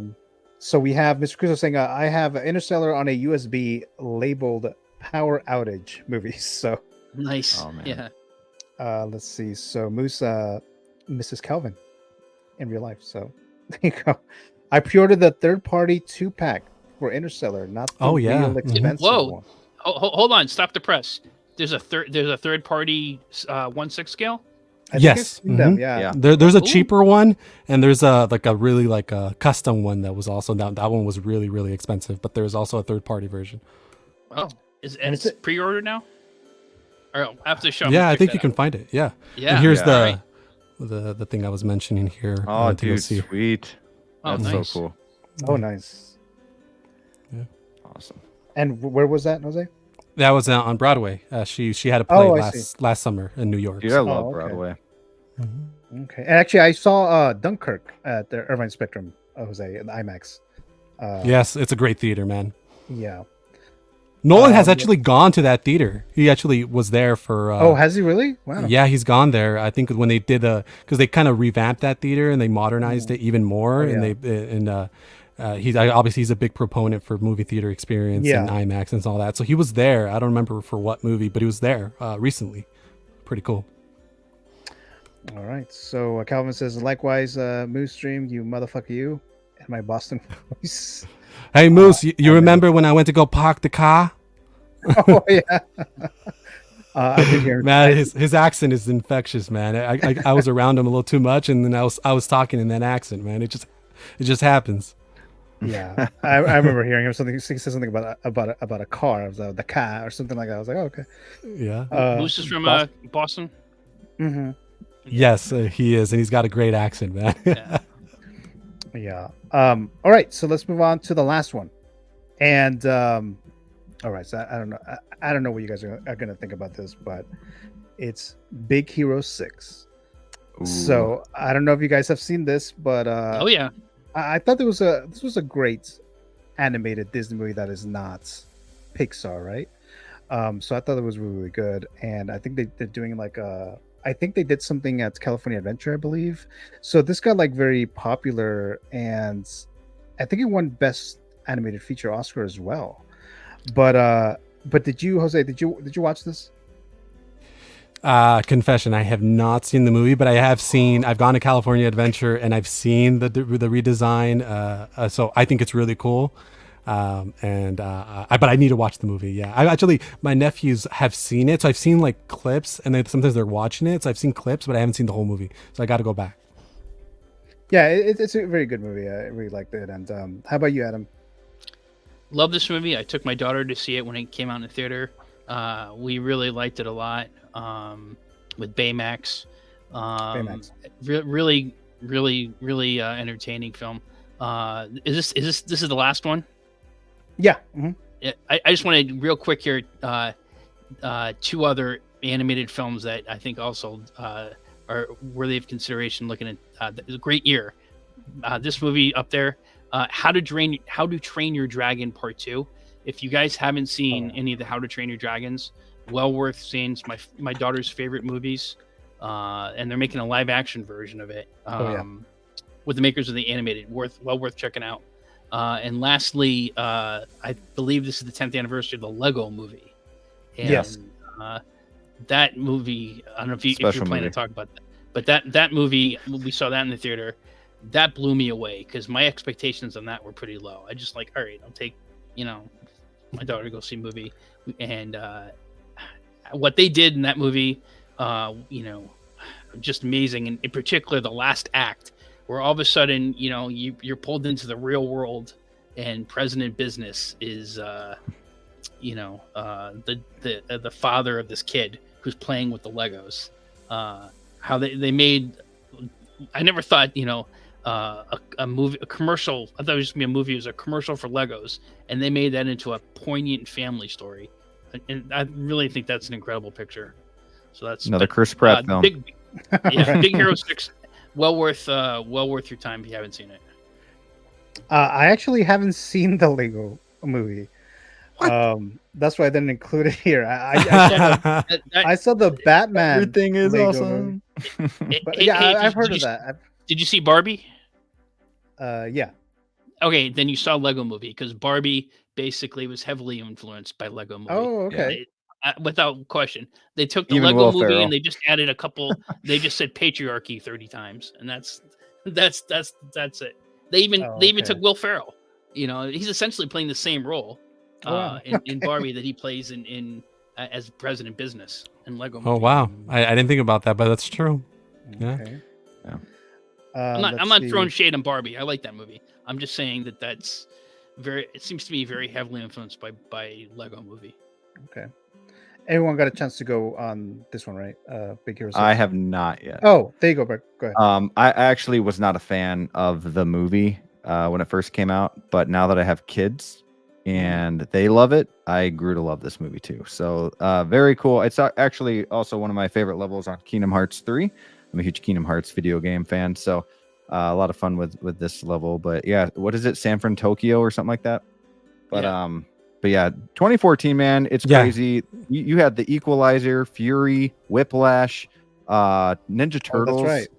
Like 2014 Ninja Turtles. 2014 is just an amazing year, and I hope we get back to one of those years. I guess this year's pretty close. I mean, we got an Apes movie, we got Furiosa, Oso, whatever. I haven't seen yet. Dune. Like, there's a lot of good movies this year. So hopefully one of these days. Yeah, man. Yep. So hopefully one of these days we get another 2014. And Calvin's saying, damn, 2014 was a stacked year. I gotta admit, Interstellar is the only one I haven't seen. Wow. We'll be watching it tonight. Yeah, definitely watch that, Calvin. Yeah, definitely check it out. I'll watch John Wick. You got to watch Interstellar. Okay. And Edge of Tomorrow came out that year too. Just crazy. Wow, Edge of Tomorrow. Yeah. And then I guess I'll watch. I'll watch the Lego Movie. Right, I'll watch the Lego Movie then, since that's the one I haven't seen. Yeah. But I mean, it's not on this list. But that was the reason why I didn't put it on the list. I haven't even seen it. So, where'd you get that? Dropping by, Mr. Cody. Thanks so much for being here. I greatly appreciate it. I also need to order the Anne Hathaway third-party Interstellar figure. Says there's also one for her too. Yeah, it's a third party. Oh, really? I didn't know they had one of her. Okay. And Calvin says, as a huge Disney fan, Big Hero 6 is my shit. Love it. So I gotta watch it. I'm gonna watch it for sure. Moose, love Big Hero 6. Baymax. It says, need Mad Max figures. Fuck. So There's a present toys Mad Max one. I don't think the head sculpt looks very much like Mad Max, but oh, okay. Cody says, I just found out Marvel snuck in a what is it, Tadashi chip with Iron Man during Age of Ultron. interesting. It's interesting. Yeah. All right, so that's it for the 2014 revisited movies. Huge movies, right? In 2014, a lot of these movies are really, really great and everything like that. So I had something else going on, but we don't have time for that anymore. So we're gonna go ahead and move on to the Funko Pop giveaway, the mystery Funko Pop giveaway. So if you are a subscriber to the Movie Canon YouTube channel or follower on Instagram page, go ahead and say so in the live chat. I'm going to show you guys an emoji movie title, so you guys have to tell me what it is. So the first one to do that will win the mystery of Funko. All right. all right. Do we count too? Brick's asking. I'm just saying. Sure. Go ahead. Yeah, I don't Let's see why go. not.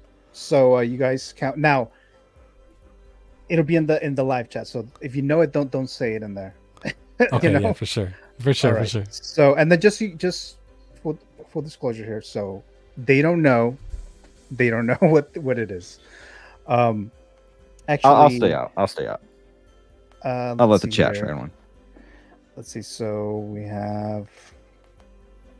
All right, a lot of you guys are doing that. Right? Oh, wait, Moose is in there. All right, doing that too. Both. All right, there you go.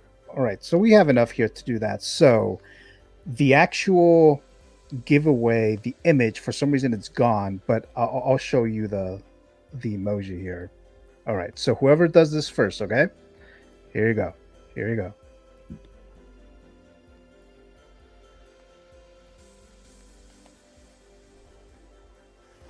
So whoever tells me in the chat, what movie is this? What's the title of this movie? Brick, without saying what it is, do you know? Oh yeah, I think.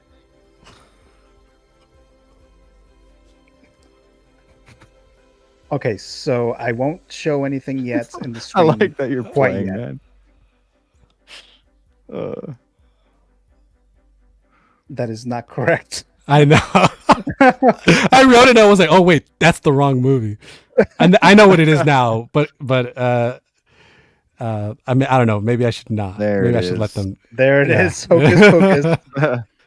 Where'd you get that, Mr. Cody? He got it. It is Hocus Pocus. I was trying to find like an emoji like for the What got me was the zombie thing, and then I was like, "Oh yeah, 3 witches," and then Mhm, the 3 kids, yeah, Halloween, the 3 witches, and then you mentioned the whole how you loved Salem and all that, and I was like, I should. But for whatever reason, Halloween Town came to mind, and I was like, whatever. So I was like, I don't think it's that, but whatever. and I'm not really a big fan of Halloween Town actually. I Really? watched it oh, I later. love in the life. first one. The I first watched one's it fun. later in life, so maybe that's why. But Yeah. Do you so like these are Hocus kind of Pocus bad. 2? Not as much as the first one. It wasn't. Yeah, I way know. back right now. Not And I the ca- same magic. And the I thing liked is, I it up kind of until expected it. Walgreens. Then I kind of got out of it. The Oh, Walgreens okay. scene when they're walking, I was Yeah. like, it started getting weird once they got there. Yeah. So, but my expectations cheesy. were low though. They were low though for the Yeah. sequel. All right. So, Mr. Cody, where'd you get that? He is the winner, so he has won. Moose says I'm slow. So there you go. Congrats! Where'd you get that? All right. Yeah. Congratulations there. Thank you so much there for being on here in the live chat. Now, let me try to. I need to reveal what it is. So, for some reason, the image is not here. I'm not sure why. Let me see if I can pick it up. So, give me just a moment here. So, any other final thoughts, guys, regarding the 2014 list? Stacked year, man. There was a bunch of that. There was a bunch we didn't even talk about. But like you guys were mentioning, so many good movies that year. Yeah, it's like so. every week.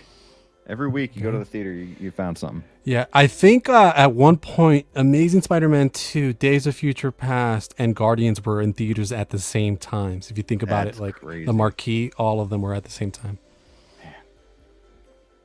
So congratulations. So there you go. All right. So I found the image. So Mr. Cody, this is the Funko that you have won. Oh, And you won the nice. 3 Sanders Nice. sisters. Wow. Okay. Cool. So just message should've me got- on Instagram. Darn it! So No, this is the pack. I'm glad a subscriber got it though. I'm glad for sure. Yeah, so you are the winner, Mr. Cody. Where'd you get that? So that is the prize there. All right, so let's see. So awesome, he says. So awesome. Yep, definitely. So thanks so much, everyone, for watching here. And all right, so let's just go back up here. And where is it? Here we go. Okay, so I'm gonna plug you guys' social media or YouTube or stuff like that. So let's Sure. begin with Mr. Brick Artemis. What do you have going on? Oh man, I am working on a video right now. I won't give too much detail. It's nothing too special, but definitely a fun video to do. I'm always on Wolfpack Wednesdays, every Wednesday night, 8:30 p.m. Central Standard Time with Jedi, Evil Sneaker, and Dilo the Collector. And I also do my own live stream. The Bugle 6 episode 10 is actually this Monday at 8:30 Central Standard Time. I'm going to have Dilo the Collector, Flavio, House of Collectibles, and P-Rock on there. So going to be actually Aaron Collects joined us as well. So we're going to have a pretty fun stacked panel. Oh, wow. And yeah, on Bugle 6, we talk figures, we talk some movies, and we do a game called Top or Bottom. Kind of like this or that, but make it a little harder by putting like a few versus a few, and you got to choose the whole row and directed to each panel member. So each panel member will have their own top or bottom. And a couple other games on there as well. So gonna have some fun if you guys want to join or watch that on Monday night. All right, well, Brick, well, thank you so very much for being on here. Again, sure. returning on the channel, always appreciate and like that you come back here. So thank you so very much. And let's go to Mr. Jose Plus. So what do you have going on? Usually on Mondays, so it'd be Monday midday here. I'm usually with Shane on the Hope Show. 1 6 Figure Focus on his channel. So I'm usually on Mondays. We do this face-off trivia thing that I call myself the champion, but since I haven't been on for a month, there's an interim champion now. So anyways, I've been working. It's difficult because it's funny because it's been difficult because I've been being sometimes I usually was off Mondays, but now I've been working more Mondays, so it's been difficult. And they're like, "Oh, why are you ducking Mike, who's the interim right now?" And he's like, "Why are you ducking him?" And I'm like, "I'm not. I'm working." But usually I'm on the Hope Show with them, and we have a lot of fun together. So I'm on there on Mondays. And again, this is my my collecting page, which I sort of started revamping, and I'm going to start posting more. I haven't really done it, and I've been slacking, but I'm also waiting because me and Danny are working on a new logo for me. So that's what's going to kind of get this page revamped, rebooted. So I'm working on that. But yeah, thank you so much for having me. Well, thank you, Jose, for accepting the invitation here on this Met Report episode 46. And then hopefully have you on here back, a return here to the Horror Talk show that, that I'll be doing soon. I'll let you know there. And Mr. Adam, what do you have going on? First of all, Giovanni, thanks again for having me on, and Brick and Jose. It's awesome chatting with you guys about 10 years ago. What a great year of movies it was. If assuming that he's going to have the show on Tuesday, I'm going to be on Hot Toys Hotline. So I just got to double check with Connor if that's still going on. And then, I got to start. I've started like a little bit of filming a collection tour. So that's kind of what I'm working on, is want to get my collection. I got my collection where I want to show it to the world. And so it's filming it and editing it together. Okay. Well, Adam, thank you so very much for being here. Greatly appreciate it. And all you guys, all you guys. Very appreciative of you guys being on here. I really do appreciate this. You know, and I think I always say this in all my shows is like this these streams, these shows are not anywhere as good. You know, if I was to, you know, be doing this by myself. So thank you so much for being here. And everyone who's watching in the live, you know, who are in the live chat, thank you so much for that. And then if you're watching in the replay, thank you so much as well. And actually, there is something else here. Where is it? So tomorrow night, I am doing my Figures Talk episode here, episode number 12. And so make sure to check that out. It's at 6 p.m. Pacific time. I am having the Figures Talk matchup. You know, the game that we play there, and we're gonna have a couple of challengers. Danny Spotchka is the current champion, so whoever beats him, whoever beats him will go against him next month. So we're doing that. Then there's a lot of news this week, like a lot. Like I may actually have to cut some things out, actually, because there's just so much stuff. That's a lot of drops this week. Yes, definitely. But yeah, so that's tomorrow night, 6 p.m. Pacific time. And again, guys, thank you so much for being on here. Absolutely. Again, greatly appreciate Awesome it here. Calvin says, thanks, guys, for keeping me entertained and awake while driving back from Vegas. Just walked in the house. Appreciate you guys. Thank you so much, Calvin, for watching. Have a good night. Appreciate it. All right. Thank you so much, everyone. I'll see you guys next time. Peace out. Later, guys.